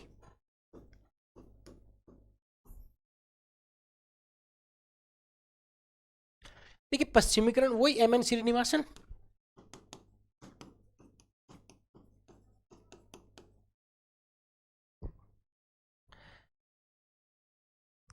इन्होंने कहा कि साहब जो पश्चिमीकरण की अवधारणा है, ये अवधारणा आयातित है, लाई गई है। किसके द्वारा? अंग्रेजों के द्वारा। इसका मतलब है कि ऐसी आयातित व्यवस्था, ऐसी पश्चिम की व्यवस्था जो सामाजिक, आर्थिक और राजनीतिक परिवर्तन कर दे, और डायरेक्ट और इनडायरेक्ट रूप से दोनों प्रभावित हो जाए, इधर वाला भी और उधर वाला भी, इस व्यवस्था को पश्चिमीकरण कहा जाता है। और ये व्यापक और बहुस्तरीय का उदाहरण है, अंग्रेजों के द्वारा आयातित है। और पाश्चात्य जो विचार हैं, पाश्चात्य जो संस्कृति है, पाश्चात्य जो अवधारणा है, पाश्चात्य जो रीति रिवाज है, उनको अपना लेना। और दूसरी बात है कि इस व्यवस्था ने पूरी सोसाइटी को, पूरे समाज को एक व्यापक तौर पे परिभाषित किया। आयातित है, व्यापक तौर से परिभाषित, प्रभावित किया, अंग्रेजों द्वारा आयातित है, सामाजिक, आर्थिक, राजनीतिक कई स्तरों पर इसने बदलाव किया। इसको बोलते हैं पश्चिमीकरण। पश्चिमीकरण के आयाम क्या होंगे साहब? पश्चिमीकरण के कई सारे आयाम होंगे। एक आंतरिक आयाम होंगे और कुछ बाह्य आयाम होंगे, दो प्रकार के। आंतरिक आयाम में क्या क्या होगा? मूल्य, कानून का शासन, बंधुता, स्वतंत्रता, न्याय, वैज्ञानिकता, तार्किकता, बुद्धिवाद आदि का डेवलपमेंट होगा। और बाह्य आयाम में क्या होगा? वेशभूषा है, खान पान है, रीति रिवाज है, शिक्षा है, जीवन शैली आदि में बदलाव होगा। तो आपको पूछे कि पश्चिमीकरण के आयाम, आपका ना दो आयाम है, आंतरिक आयाम और बाह्य आयाम। देखो बहुत फास्ट करवा रहे हैं, पर कर लो एक बार। आयाम दो, पहला आयाम कौन सा हो गया? आंतरिक। दूसरा बाह्य। आंतरिक आयाम में क्या हो गया? अंतर वैल्यू, स्वतंत्रता, समानता, मूल्य, बंधुत्व है। आदि में डेवलपमेंट विचार परिवर्तन होना, बाह्य में क्या हो जाएगा, खान पान है, वेशभूषा है, शिक्षा है, आदि में डेवलपमेंट, आदि में बदलाव आ जाना। फिर पश्चिमीकरण के प्रभाव क्या पड़ेंगे, एक सकारात्मक प्रभाव बताएंगे, दूसरा नकारात्मक प्रभाव बताएंगे। सकारात्मक प्रभाव, आर्थिक क्षेत्र में अच्छा हुआ है, राष्ट्रीय आंदोलन में जागृति आई, महिलाओं ने भाग लिया, कला संस्कृति का डेवलपमेंट हुआ, इंटीग्रेशन की भावना आई, सोसाइटी पर अलग प्रभाव पड़ा, विज्ञान पर अलग प्रभाव पड़ा, राजनीति पर अलग प्रभाव पड़ा। ये नोट्स में आपको मिल जाएंगे, केवल आपको पढ़ लेना है इनको। शिक्षा संस्कृति आदि का डेवलपमेंट हुआ, समाज में पदमूलक बदलाव हुए, आर्थिक गतिविधियां अच्छी हुई, एजुकेशन का लेवल बढ़ा। नकारात्मक प्रभाव क्या हो गया भाई, नकारात्मक प्रभाव कई कई सारे अर्थों में नकारात्मक प्रभाव इसके देखने को मिल सकते हैं कि साहब इस व्यवस्था ने पश्चिमी अंधानुकरण को बढ़ाया है, भारतीय वैल्यूज जो मूल्य हैं उनको कम करने का प्रयास किया है, इस प्रकार की बातें आप कहेंगे। तो अब आपको पूछे कि पश्चिमीकरण का अर्थ और परिभाषा बताओ, तो आप क्या कहेंगे कि कोई भी समाज जो पश्चिमी संस्कृति, मूल्यों, जीवन शैली और विचारधारा को अपनाता है पश्चिमीकरण कहा जाता है। क्या कहेंगे कि कोई भी समाज जो पश्चिमी संस्कृति, मूल्य, जीवन शैली, विचारधारा आदि को अपनाता है, इसे पश्चिमीकरण कहा जाता है। योगेंद्र सिंह ने इसके बारे में बहुत अच्छे से डिफाइन किया, मानववाद और बुद्धिवाद पर जोर देना पश्चिमीकरण है, जिसने संस्थागत और सामाजिक सुधारों का एक सिलसिला प्रारंभ कर दिया। तो योगेंद्र सिंह जी ने पॉजिटिवली पश्चिमीकरण को परिभाषित किया है, मानववाद और बुद्धिवाद पर जोर देना पश्चिमीकरण है, जिसने क्या किया, संस्थागत और सामाजिक सुधारों का एक सिलसिला प्रारंभ कर दिया। यहाँ तक आपको याद रखना है, ये पश्चिमीकरण की परिभाषा होगी। पश्चिमीकरण के नकारात्मक प्रभाव पूछे तो भौतिकवाद है, सांस्कृतिक विघटन हो गया, एकल परिवारों का प्रचलन बढ़ गया, तलाक आदि प्रॉब्लम हो गई, पर्यावरणीय समस्याएं हो गई, ये सारे इसके नकारात्मक प्रभाव है। एक वर्ड भूमंडलीकरण या वैश्वीकरण, इसको और समझ लेते हैं। तो पश्चिमीकरण के बारे में पूछे तो क्या क्या बताओगे, पश्चिमीकरण अर्थ, तो पश्चिमी वैल्यूज को अपना लेना, और उसके प्रभाव, प्रभाव कितने होंगे, 2,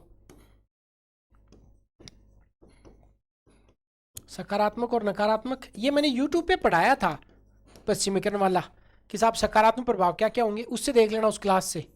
समाज पर क्या पड़ेगा, शिक्षा पर क्या पड़ेगा, अर्थव्यवस्था पर क्या पड़ा, राजनीति पर क्या पड़ा, ये प्रभाव। फिर ऐसे नकारात्मक प्रभाव को बताए, ऐसे पॉइंट कैटेगरी कर लेंगे, उत्तर करके आ जाएंगे आप, इसमें ज़्यादा माथापौड़ी की आपको जरूरत नहीं रहेगी। ठीक है, अब बात करते हैं भूमंडलीकरण। भूमंडलीकरण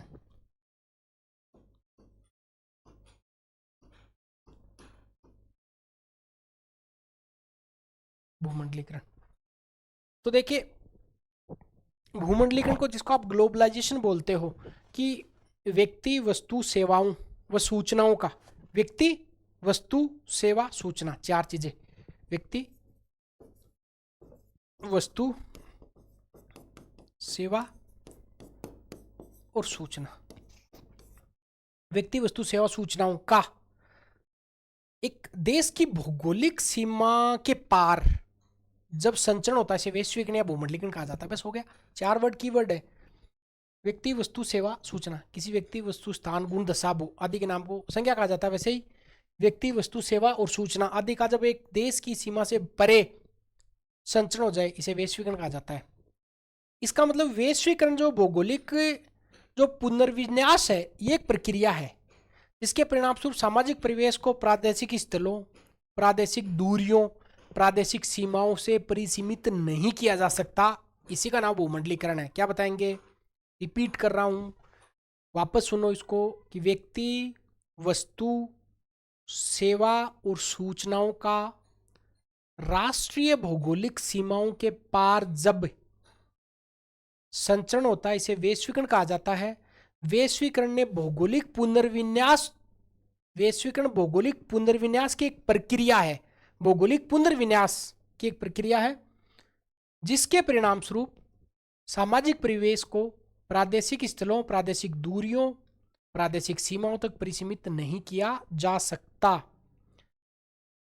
अब है कि संस्कृतिकरण को या फिर इसको भूमंडलीकरण को प्रोत्साहन देने वाले कारक कौन कौन से हो गए? तो बहुत सारे कारक हो गए, जैसे धार्मिक कारक हो गए, सामाजिक कारक हो गए, राजनीतिक कारक हो गए, आर्थिक कारक हो गए, एडुकेशन हो गया। इस प्रकार के कारक हैं जिन्होंने डेवलपमेंट को बढ़ाया है। यहां तक बात आपको समझ में आ गई होगी। वैश्वीकरण के पैरामीटर क्या? वैश्वीकरण का नारा क्या? नारा, वैश्वीकरण का नारा क्या? वैश्वीकरण का नारा है साहब, एक पृथ्वी, एक राष्ट्र, एक नागरिकता। पैरामीटर क्या है? व्यापार की बाधा को कम कर देना, पूंजी प्रवाह मुक्त हो जाना, टेक्नोलॉजी का डेवलपमेंट हो जाना, श्रम का मुक्त प्रवाह कर देना। और इसके विकास के चरण क्या साहब? विकास के चरण, डेवलपमेंट के चरण कौन से हुए वैश्वीकरण के? साहब भौगोलिक खोजें हुई थी, लीग ऑफ नेशन बना था, WTO, IMF आदि ने इसमें सहयोग किया, वसुधैव कुटुंबकम की अवधारणा, पहले एक सिल्क मार्ग चलता था। तो वैश्वीकरण के विकास के चरण तो आपको शायद ही परीक्षा में पूछे, पर हाँ इतना पूछे तो आप करके आ जाना। ये आपको 2 यूनिट अपनी पूरी हो गई। अब बात करेंगे जैसे तीसरी यूनिट की, यूनिट नंबर 3। तीसरी यूनिट से पहले 5 मिनट का ब्रेक करते हैं।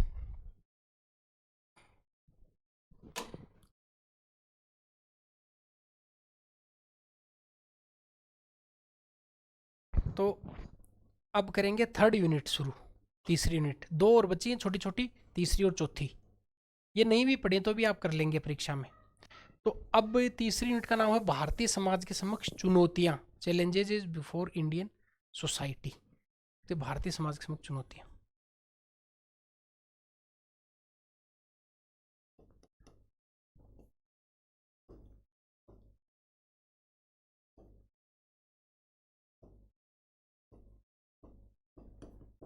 क्या क्या चैलेंजेस हैं इंडियन सोसाइटी के सामने?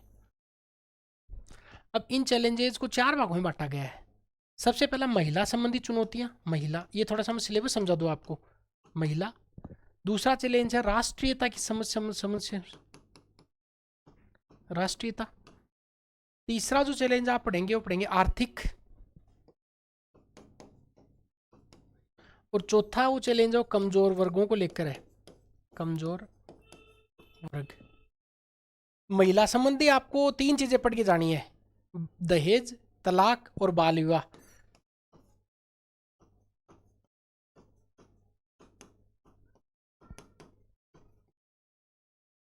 राष्ट्रीयता से संबंधित आपको 4-5 चीजें पढ़ के जानी है। मतलब बेसिकली 3 ही चीज है, भ्रष्टाचार है, सांप्रदायिकता और मादक पदार्थ। भ्रष्टाचार, सांप्रदायिकता और मादक। इकोनॉमिक कौन कौन सी समस्याएं हैं? इकोनॉमिक निर्धनता है, बेरोजगारी है। निर्धनता और बेरोजगारी।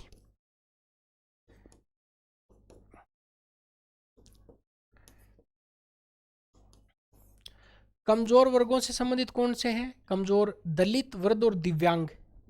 दलित, वृद्ध और दिव्यांग। अब ये तो आपका हो गया सिलेबस। अब देखो वैसे तो इसमें ना कम से कम 15 घंटे लगते हैं, आराम से इनकी डिटेल के साथ में करवाएं। ये निबंध में भी काम में आता है आपके, और भी कई जगह काम में आता है, इतना टाइम नहीं है। सबसे पहले लेंगे अपन दहेज से संबंधित जो जो प्रॉब्लम इंडियन सोसाइटी में है वो क्या है। देखो दहेज में क्या क्या पढ़ सकते हैं? दहेज, दहेज के कारण, दहेज के प्रभाव, रोकने के उपाय, कानून। सबसे पहले दहेज है क्या, डोवरी है क्या?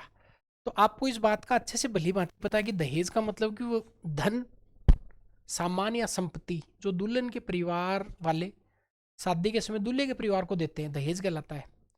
परंपरागत समय में स्वैच्छिक था, स्त्री धन एक परंपरा चलती थी, जो आगे जाकर एक कुप्रथा बनी और उसका नाम है दहेज की कुप्रथा। वर्तमान में ये एक सामाजिक प्रतिष्ठा का बड़ा एक अवसर हो गया है, प्रतिष्ठा का एक सूचक हो गया है। जो जितना ज्यादा बड़ा दहेज देगा इतना ही बड़ा आदमी है। पढ़े लिखे लोगों में ज्यादा चल रहा है। एक NCRB का एक डाटा आया था, नेशनल क्राइम रिकॉर्ड ब्यूरो का। उन्होंने कहा कि हर साल 8,000 से अधिक मौत दहेज की वजह से होती है। मतलब डोमेस्टिक वायलेंस के बाद में महिलाओं को मार दिया जाता है, जला दिया जाता है। अब सोच के देखिए 8,000, ये फैक्ट आप याद रखेंगे। कारण क्या क्या है? कारण दहेज का सामाजिक कारण है, अच्छा दूल्हा मिले, ये सबसे बड़ा कारण। शिक्षित हो, नौकरी हो, डिमांड एंड सप्लाई वाला कॉन्सेप्ट है। इधर हमारे पास अच्छा दूल्हा है, आप इधर से सप्लाई अच्छे पैसे की दहेज की करो, दूल्हा हम अवेलेबल करवा देंगे। अंतरजातीय विवाह की कमी है, ऑप्शंस नहीं है। पितृसत्तात्मक समाज है, समाज में दिखावा, झूठी प्रतिष्ठा, व्यक्तिवादी और उपभोक्तावादी सोसाइटी का बोलबाला हो गया, पैसे की डिमांड, पैसा सर्वे सर्वा हो गया। ये तो हो गए इसके कारण।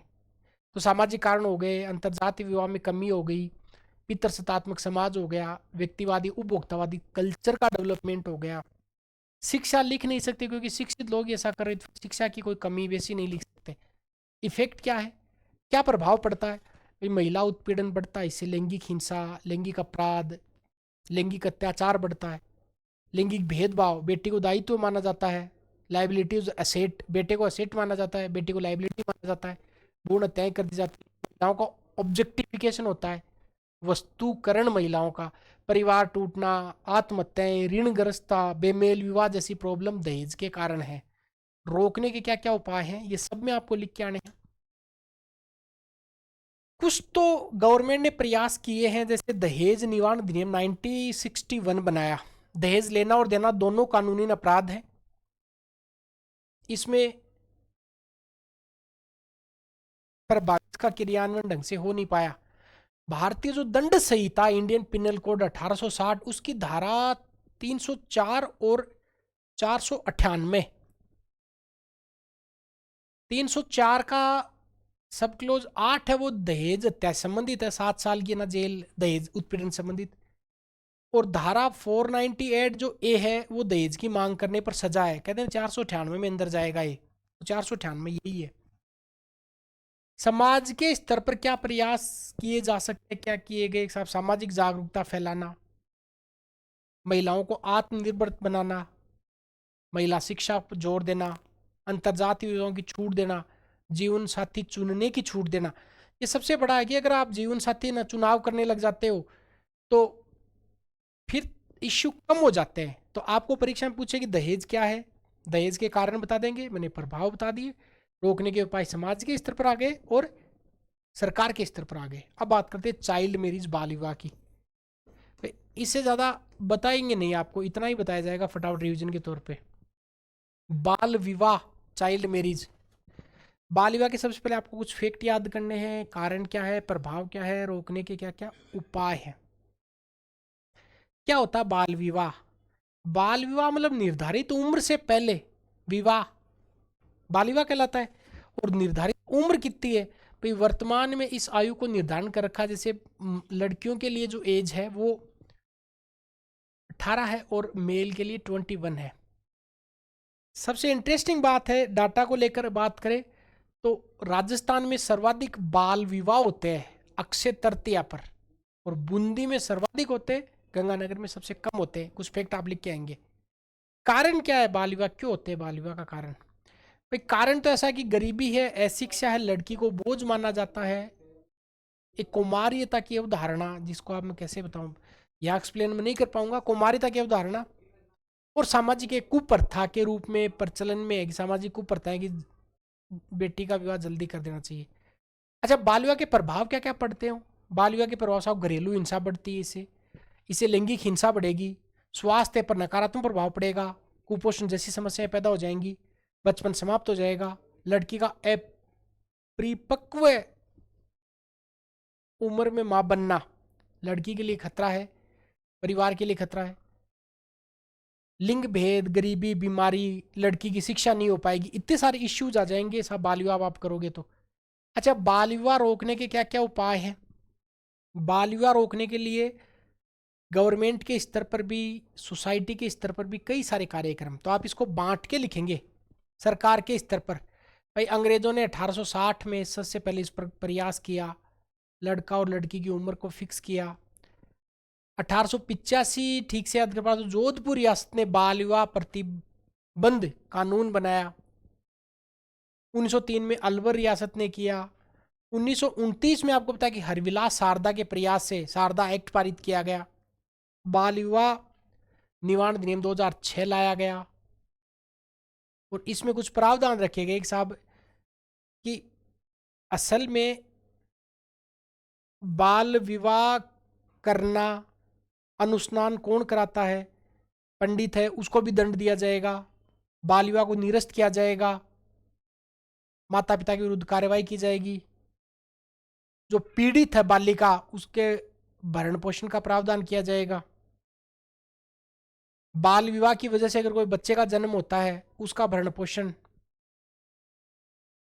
कुल मिला के इतने सारे प्रावधान इस 2006 के एक्ट में रखे गए। सामाजिक स्तर पर आप क्या प्रयास कर सकते हैं? जागरूकता फैला सकते हैं, शिक्षा का प्रसार कर सकते हैं। बाल विवाह करने पर समाज द्वारा बहिष्कार किया जा सकता है, ये सामाजिक स्तर पर प्रयास हो गए। डाइवोर्स, अब बात करते हैं तलाक। ये फैक्ट मत जो बोल रहा हूं सुनते जाओ केवल आप। तलाक, डाइवोर्स, तो आपको साहब यहाँ पे ध्यान रखना है कि डाइवोर्स विवाह का कानूनी, सामाजिक व कानूनी रूप से विच्छेद, विघटन तलाक कहलाता है। इंटरेस्टिंग फैक्ट है कि ब्रिटेन में 33% शादियां टूट जाती हैं। कि मतलब 100 लोगों की शादी हुई तो 33% लोगों का ब्रिटेन में तलाक होता है। अमेरिका में 50% शादियां टूटती हैं। फैक्ट लिख देंगे आप। भारत में 1% अपने जैसा भी वैसा घसीटते रहते हैं उसको, कि कोई क्या कहेगा तलाक ले लिया, कोई कुछ नहीं कहेगा, अपनी जिंदगी आराम से जी सकते हैं आप लोग। जिसको अच्छा लगे वैसे जी सकते हैं, कोई क्या कहेगा, इसके लिए अपना जीवन क्यों खराब करना है। एक ही जीवन मिला है, इसी को जीना और इसी में प्रयोग करने, तो प्रयोग कम करने, अच्छे से जी लेना ज़्यादा ठीक रहता है। एक बहुत इंटरेस्टिंग फैक्ट है, आप क्लास को सुनते सुनते अपने इमेजिन कीजिए कि भारत की स्थिति अगर अमेरिका जैसी होती तो आपके समाज में, आपके परिवार में, आपके रिश्तेदारी में कितने ऐसे जोड़े हैं जो केवल इसलिए एक दूसरे के साथ घसीट रहे हैं कि दुनिया क्या कहेगी, बाकी तो अच्छा नहीं चल रहा उनका। बहुत सारे लोग ऐसे हैं। चलिए बहरहाल अभी बात करते कारण, क्या क्या कारण हो सकते हैं। तो तलाक अच्छा है कि बुरा है? मैं तो ये कहूँगा कि अच्छा ही है। बुरा क्यों होगा तलाक? कि अगर किसी की दूसरे के साथ में नहीं अच्छी बन रही है तो इट्स ओके, ये अच्छा ही है, कहाँ बुराई है इसमें। कारण क्या? आधुनिकीकरण, मतलब मॉडर्नाइजेशन हो गया। मैरिज के लिए जो है वो साहब आप बिल्कुल मॉडर्नाइजेशन, आप शादी अब एक सोशल बाउंडेशन नहीं होके एक जीवन जीने का तरीका भी तो है शादी। तलाक की समाज में अब स्वीकृति है, कोई बात नहीं, नहीं बन रही है अच्छी बात है, आप अलग हो जाओ। व्यक्तिगत स्वतंत्रता बन गई। घरेलू हिंसा, दहेज की मांग, गरीबी आदि की प्रॉब्लम भी तलाक को बढ़ाती है। बांझपन, नपुंसकता की जैसी प्रॉब्लम आप अदर कारण और लिख सकते हो। पत्नी का अनैतिक आचरण, पति का अनैतिक आचरण, दोनों का अनैतिक आचरण। और जो कानून है उनका उदारीकरण हो गया है। भारत में जो तलाक है उनका आधार क्या है साहब? भारत में अगर आप तलाक लेना चाहते हो तो हिंदू विवाह अधिनियम 1955, और इसका जो आधार है वो व्यभिचार माना जाता है, क्रूरता माना जा सकता है, मानसिक विकार माना जाता है। और मुस्लिम विवाह अधिनियम जो 49 है, कोई काम का नहीं है, मतलब ना हिंदू वाला काम का ना मुस्लिम वाला काम का परीक्षा के लिए। तलाक के प्रभाव क्या पड़ेंगे साहब? विवाह जैसी संस्था खतरे में पड़ जाएगी, संस्कारों पर प्रश्न चिन्ह लग जाएगा, वित्तीय कठिनाई पैदा होगी, बच्चों के लिए कठिनाई पैदा होगी, समाज में है की नज़र से देखा जाता है। एक 3 तलाक का इश्यू और था, पर तलाक ए बिद्दत, जैसे मुस्लिम धर्म में तलाक 3 प्रकार से संभव है। तलाक हसन, तलाक ऐशन और तलाक उल बिद्दत। अभी बात नहीं करने वाले, थोड़ा सा देख लेना, अगर इंटरव्यू में पूछे तो आपको इंटरव्यू के टाइम में तैयारी करवा देंगे। 3 तलाक का इश्यू। अब बात करते हैं भ्रष्टाचार की, करप्शन की। अब देखिए इधर आइए, ये देखिए, ये आपका बता दिया मैंने, दहेज बता दिया, तलाक बता दिया, बाल विवाह बता दिया। अब भ्रष्टाचार, इस वाली प्रॉब्लम को अपन देखने वाले हैं। भ्रष्टाचार,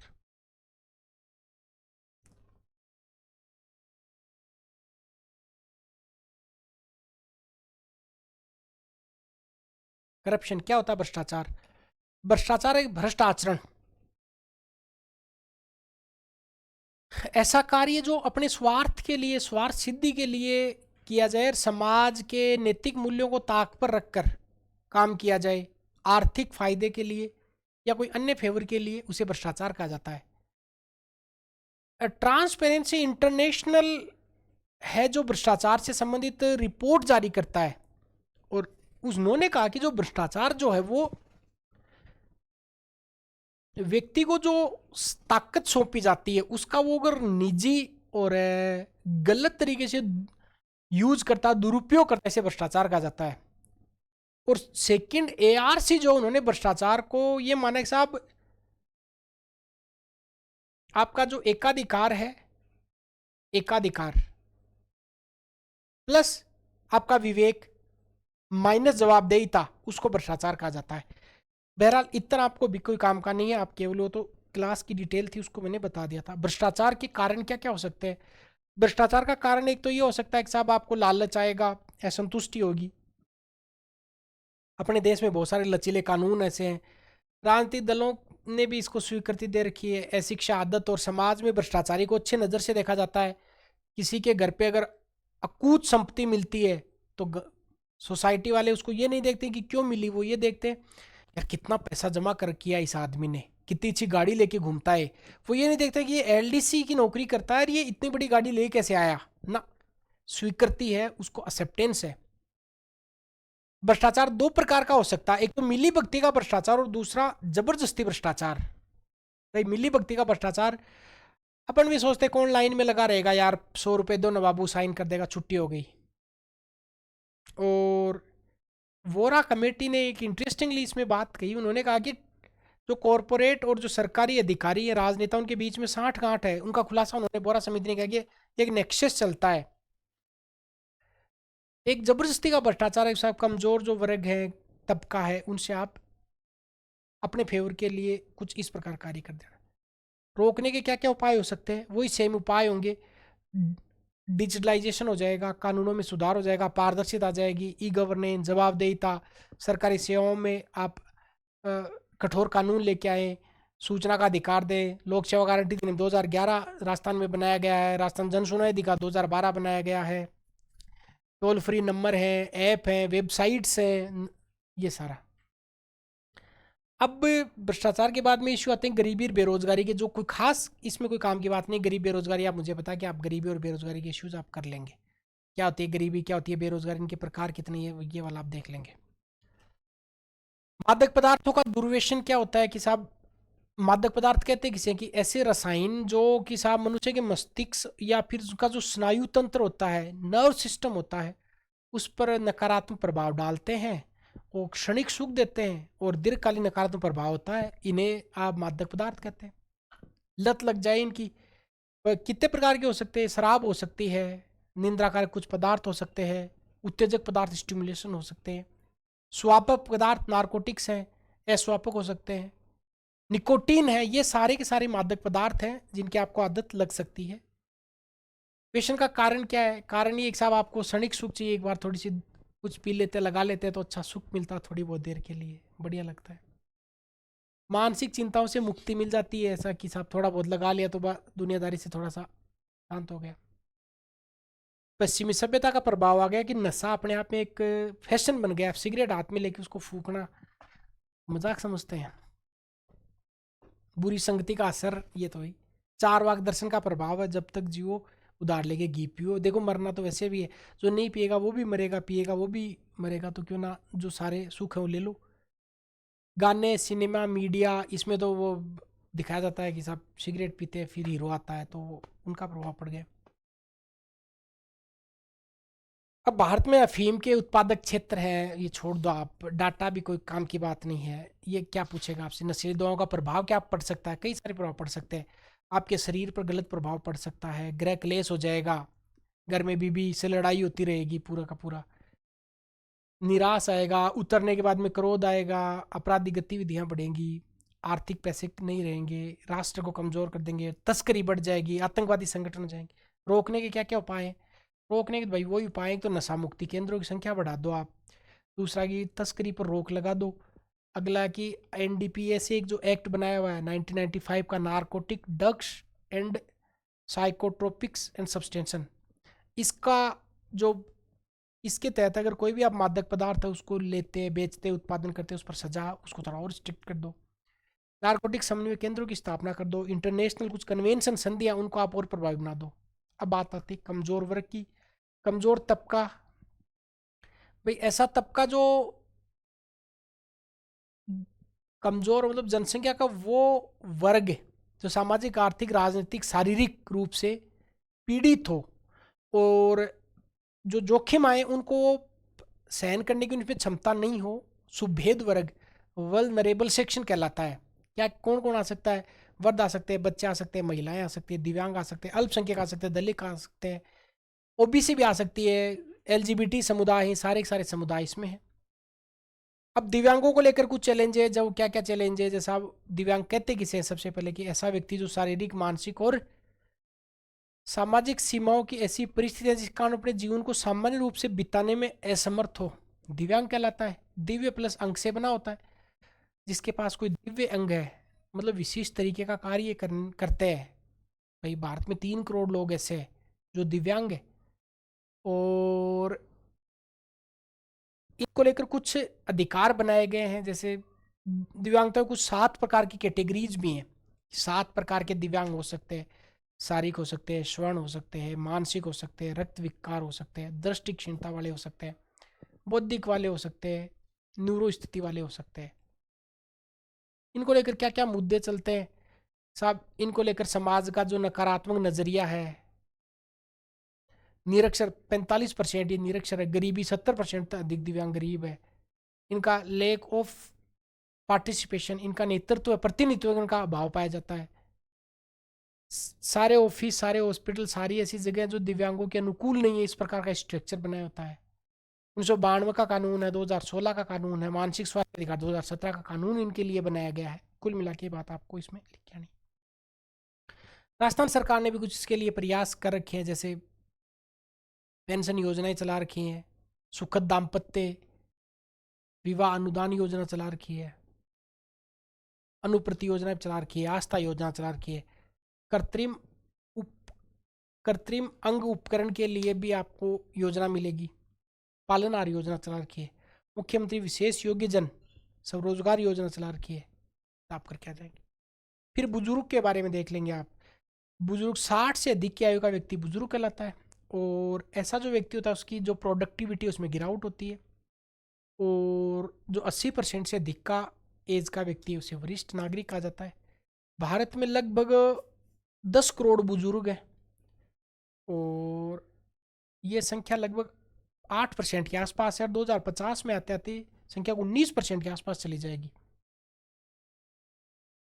वर्दों की क्या क्या प्रॉब्लम है? वर्दों की प्रॉब्लम बहुत सारी है। अकेलापन है, बच्चे सही देखभाल नहीं करते हैं, पीढ़ीगत अंतराल आ गया इनके बीच में, कमजोर इनका स्वास्थ्य हो जाता है। बुजुर्गों की जो प्रॉब्लम्स होती हैं, इन प्रॉब्लम का निदान क्या क्या किया जा सकता है? सब संयुक्त परिवार है, ये प्रॉब्लम का समाधान है। सरकारी प्रयास, कई सारी योजनाएं चला रखी हैं। बुजुर्ग महिला पुरुष के लिए पेंशन योजना है, राष्ट्रीय वयोश्री योजना चला रखी है, पीएम वय वंदना योजना इनके लिए चला रखी है। ये सारी वर्गों को लेकर इन्होंने प्रयास करके। अब साहब अनुसूचित जाति या दलितों के लिए क्या क्या समस्याएं? इनके सामाजिक समस्याएं हैं, आर्थिक समस्याएं हैं, राजनीतिक समस्याएं हैं, छुआछूत है, अछूता है, अशिक्षा, मंदिरों में प्रवेश का इनको अधिकार नहीं, धार्मिक समस्याएं, आर्थिक समस्या, इनके पास में संपत्ति नहीं है, मेला ढोने जैसी कुप्रथा है। भारत के संविधान इनके लिए खूब अच्छे प्रयास किए हैं। अनुच्छेद 15(4) आपने पढ़ा है, 16(4) आपने पढ़ा है, आर्टिकल 46 है, इसके अलावा आर्टिकल 330 है, 332, 335 स्थानीय निकाय में आरक्षण का प्रावधान है, 338 के आर्टिकल में एक्ट बनाया गया इनके लिए, 1989 में SC/ST एक्ट बनाया गया था।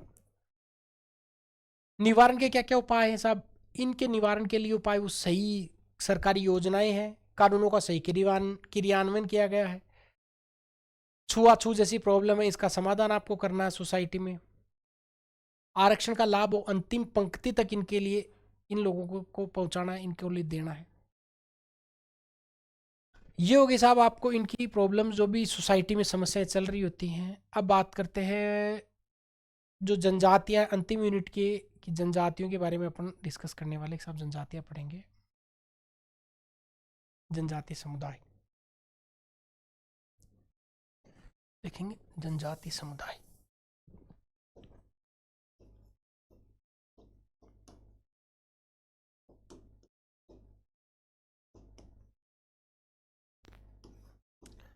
मीना, भील, ग्रासिया, ठीक है। इनकी समस्या कल्याण लिखा हुआ सिलेबस में, वैसे आपने भूगोल में पढ़ रखा है इसको अच्छे से। समस्या कल्याण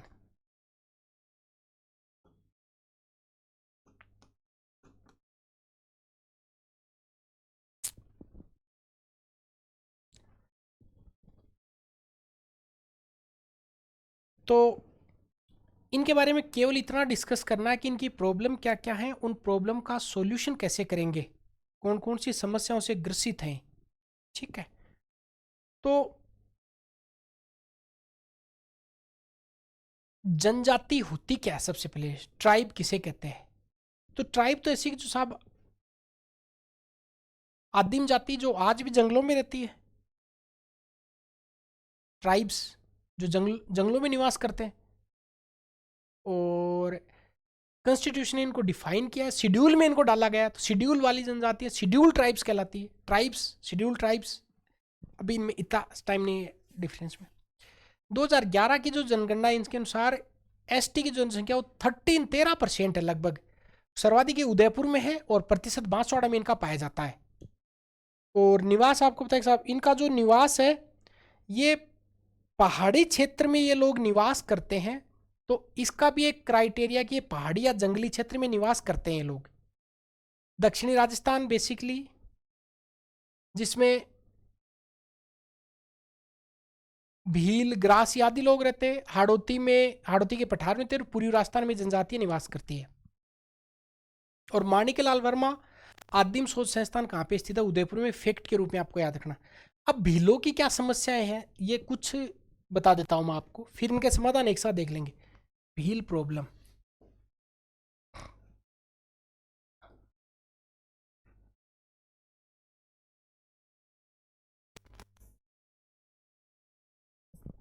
भीलों की समस्याएं। सबसे पहली प्रॉब्लम इनकी मोताना, ये इनकी कुप्रथा है। मान लो मोताना, मोताना भाई, मोताना का मतलब किसी व्यक्ति की अकाल मृत्यु हो जाए, दुर्घटना में कैसे भी मर जाए, तो उसके जो परिजन है वो, जैसे मान लो एक एग्जाम्पल देता हूँ कैसे। जैसे मान लो आप कहीं गए हुए थे किसी गांव में मजदूरी करने, एग्जाम्पल देता हूँ, और वहाँ आप जहाँ काम करने गए वहाँ आपकी मृत्यु हो गई, ऐसे ही कोई कैसे भी मृत्यु हो गई, एक्सीडेंट से, कैसे भी बीमारी से वहाँ थे। तो फिर वो पूरे गांव वाले वहाँ उस घर पे जाके चढ़ाई कर देते हैं जहाँ मृत्यु होती है, और बोलते हैं कि आप हमें मुआवजा दो। इसको बोलते हैं मोताना। और वो एक्चुअली वो बढ़ोतरा बढ़ोतरा लेते हैं। मोताना में जो वसूल की राशि से बढ़ोतरा बोलते हैं, तो ये मोताना। दापा, दापा भी इनके एक प्रथा की विवाह के समय जो लड़के के पिता द्वारा लड़की के पिता को कन्या का मूल्य चुकाना पड़ता है। ये वैसे ठीक चीज है, ये दहेज से विपरीत है। कैसे कि यहाँ क्या होता है कि जब लड़के की शादी होगी तो लड़के वाले वहां लड़की वाले को एक मूल्य दे के आएंगे कि साहब आपने हमें लड़की दी, ये पैसे लो। एक काटा प्रथा हो रही है इनके। काटा प्रथा बिलों में पाई जाने वाली मृत्यु भोज की परंपरा है। और एक सांगड़ी हाली प्रथा जो गरीबी इनकी मतलब प्रॉब्लम है मेन। ग्रासियों की क्या क्या समस्या है? ग्रासियों की समस्या है साहब आटा साटा, एक प्रकार का विनिमय विवाह है। जो आटा साटा तो राजस्थान में भी चलता है बहुत ज्यादा। कांदिया, मृत्यु भोज सबसे बड़ी प्रॉब्लम है। एक गंजारी और है जो जातीय भोज है, नाता विवाह या छेड़ा फाड़ना जो प्रॉब्लम है। फिर आपको पूछे कि साहब मीणाओं की क्या क्या प्रॉब्लम है? तो मीणाओं की प्रॉब्लम मोसर, मोसर मृत्यु भोज को कहते हैं। 12वें दिन जो किया जाता है झगड़ा चुकाना। जब कोई पुरुष किसी युवती को प्रेम प्रसंग में भगाकर ले जाए तो जातीय पंचायत उस पुरुष से मुआवजा लेती है, लव मैरिज के बदले में ली गई लाशी। नाता क्या? नाता है नात्रा प्रथा, भाई छोड़कर किसी अन्य पुरुष के साथ रहने लग जाए महिला, नाता कहते हैं। छेड़ा फाड़ना, छेड़ा फाड़ जैसे एक इंटरेस्टिंग बात है, एक इंटरव्यू में पूछा कि साहब झगड़ा और लाठी में क्या फ़र्क है? तो बोले साहब लाठी काम में ली जाती है झगड़े के लिए नहीं। पर भूगोल वाला एक समझदार था, उसने कहा कि साहब लाठी जैसलमेर में पाई जाने वाली घास की पट्टी एक सीरीज है, और झगड़ा साहब एक प्रकार की राशि है जो आपको देनी पड़ती है, आदिवासी क्षेत्र की बात है। बोले सर घाघरा और नेफा में क्या फ़र्क है? तो घाघरा नीचे होता है, नेफा ऊपर होता है। बोले ना ना ना ना ना ना, ये घाघरा तो एक नदी का नाम है और नेफा अरुणाचल प्रदेश का पहले का नाम है। तो कुछ अलग भी तो होता है, इसके लिए कुछ अलग भी कुछ वर्ड जो काम में ले जा सकते हैं। तो छेड़ा फाड़ना एक तलाक की एक प्रक्रिया है जिसमें तलाक की तरह दुपट्टे का एक टुकड़ा फाड़ कर दे दिया जाता है। एक कुकड़ी प्रथा इनमें, मतलब ये बहुत वाहियात टाइप की है। इसमें टेस्ट ऑफ वर्जिनिटी है, वर्जिनिटी का टेस्ट किया जाता है। ये महिलाओं के सम्मान के विरोध है। कुल मिला के ये कई सारी की कुप्रथाएं जो प्रॉब्लम में देती हैं। और फिर इनकी कुछ शब्दावली जिनको मैं भी पढ़ाऊंगा नहीं आपको, जैसे टोटम क्या कहते हैं, ताड़ना विवाह क्या, चीरा भाव से क्या, घोड़ा भाव से क्या, भील पुरुष, पुरुषों के कौन कौन से नृत्य हैं, कौन कौन से आभूषण है, टोटम क्या होता है, ये आप लोग कर लेंगे। और इनकी प्रॉब्लम का सॉल्यूशन क्या क्या है, समस्याएं बता दिया इनमें साहब। इनकी कुप्रथाएं सबके एक साथ करेंगे। कुप्रथाएं प्रचलित है, अशिक्षा है, नशे की लत है, स्वास्थ्य सुविधाओं का अभाव है, इनके पास लैंड का अभाव है, गरीबी बेरोजगारी की समस्या है, ऋणग्रस्ता की समस्या है, बंधुआ मजदूर है, भौतिक सुविधाओं का अभाव है, ये जो जनजातियां इनके पहचान का संकट आया हुआ है, ये इनकी प्रॉब्लम है सबकी एक साथ पूछे तो। किसी भी जनजाति की पूछे सारी करके आएंगे, शिक्षा, स्वास्थ्य, आवास है सारी। अब इन समस्याओं का समाधान कैसे होगा, समस्याओं का समाधान साहब इनके लिए मूल अधिकार 15-16, 15-4, 16-4, 17-25 मंदिर के लिए प्रवेश की बात है। डीपीएसपी में आर्टिकल 46 की बात है, अनुच्छेद 330, अनुच्छेद 332, वही जो आपको थोड़ी देर पहले बताया। एक पेशा एक्ट और है, आपको बताया कि 1996 का कानून है, और ये 5th शेड्यूल जो संविधान का उससे जुड़ा हुआ है, और 10 राज्यों में पेशा कानून प्रचलित है, इनको कुछ विशेषाधिकार दिए गए। ये आपको मैं पॉलिटी में और आपको बता दूंगा इसके बारे में। कुल मिला के आज की क्लास में टोटल जो 21 टॉपिक थे छोटे मोटे मिला के, वो अपने रिवीजन कर लिए। मैं प्रयास करूंगा कि आने वाली क्लास में भी आप लोगों को मैं सारे के सारे टॉपिक ऐसे ही करवा दूं। समझ में आ गई बात कि कल की क्लास में जैसे अपन बिहेवियर ले ले, परसों की में लो ले ले, या दो दो दो तीन छोड़ के सारा रिवीजन मैं आपको करवा दूंगा। कोर्स के लिए आपको बता दिया कि ये डिटेल कोर्स और इसके डिटेल नोट्स ऐप पे अवेलेबल है। 6 सब्जेक्ट का जो कोर्स अवेलेबल है, मेंस का कोर्स अवेलेबल है। एक और बैच शुरू करने का सोच रहे हैं कि हर महीने एक सब्जेक्ट रटवाया जाए, तैयार किया जाए, आंसर राइटिंग करवाई जाए, 12 महीने तक का प्रोग्राम चलेगा। और एक ईओआरओ का लॉन्ग टर्म का बैच है वो शुरू करेंगे, तो आपकी इच्छा तो आप ज्वाइन कर लेना। कहीं दूसरी जगह पढ़ रहे हो तो वहाँ पढ़ते रहो। मिलते हैं नेक्स्ट क्लास में।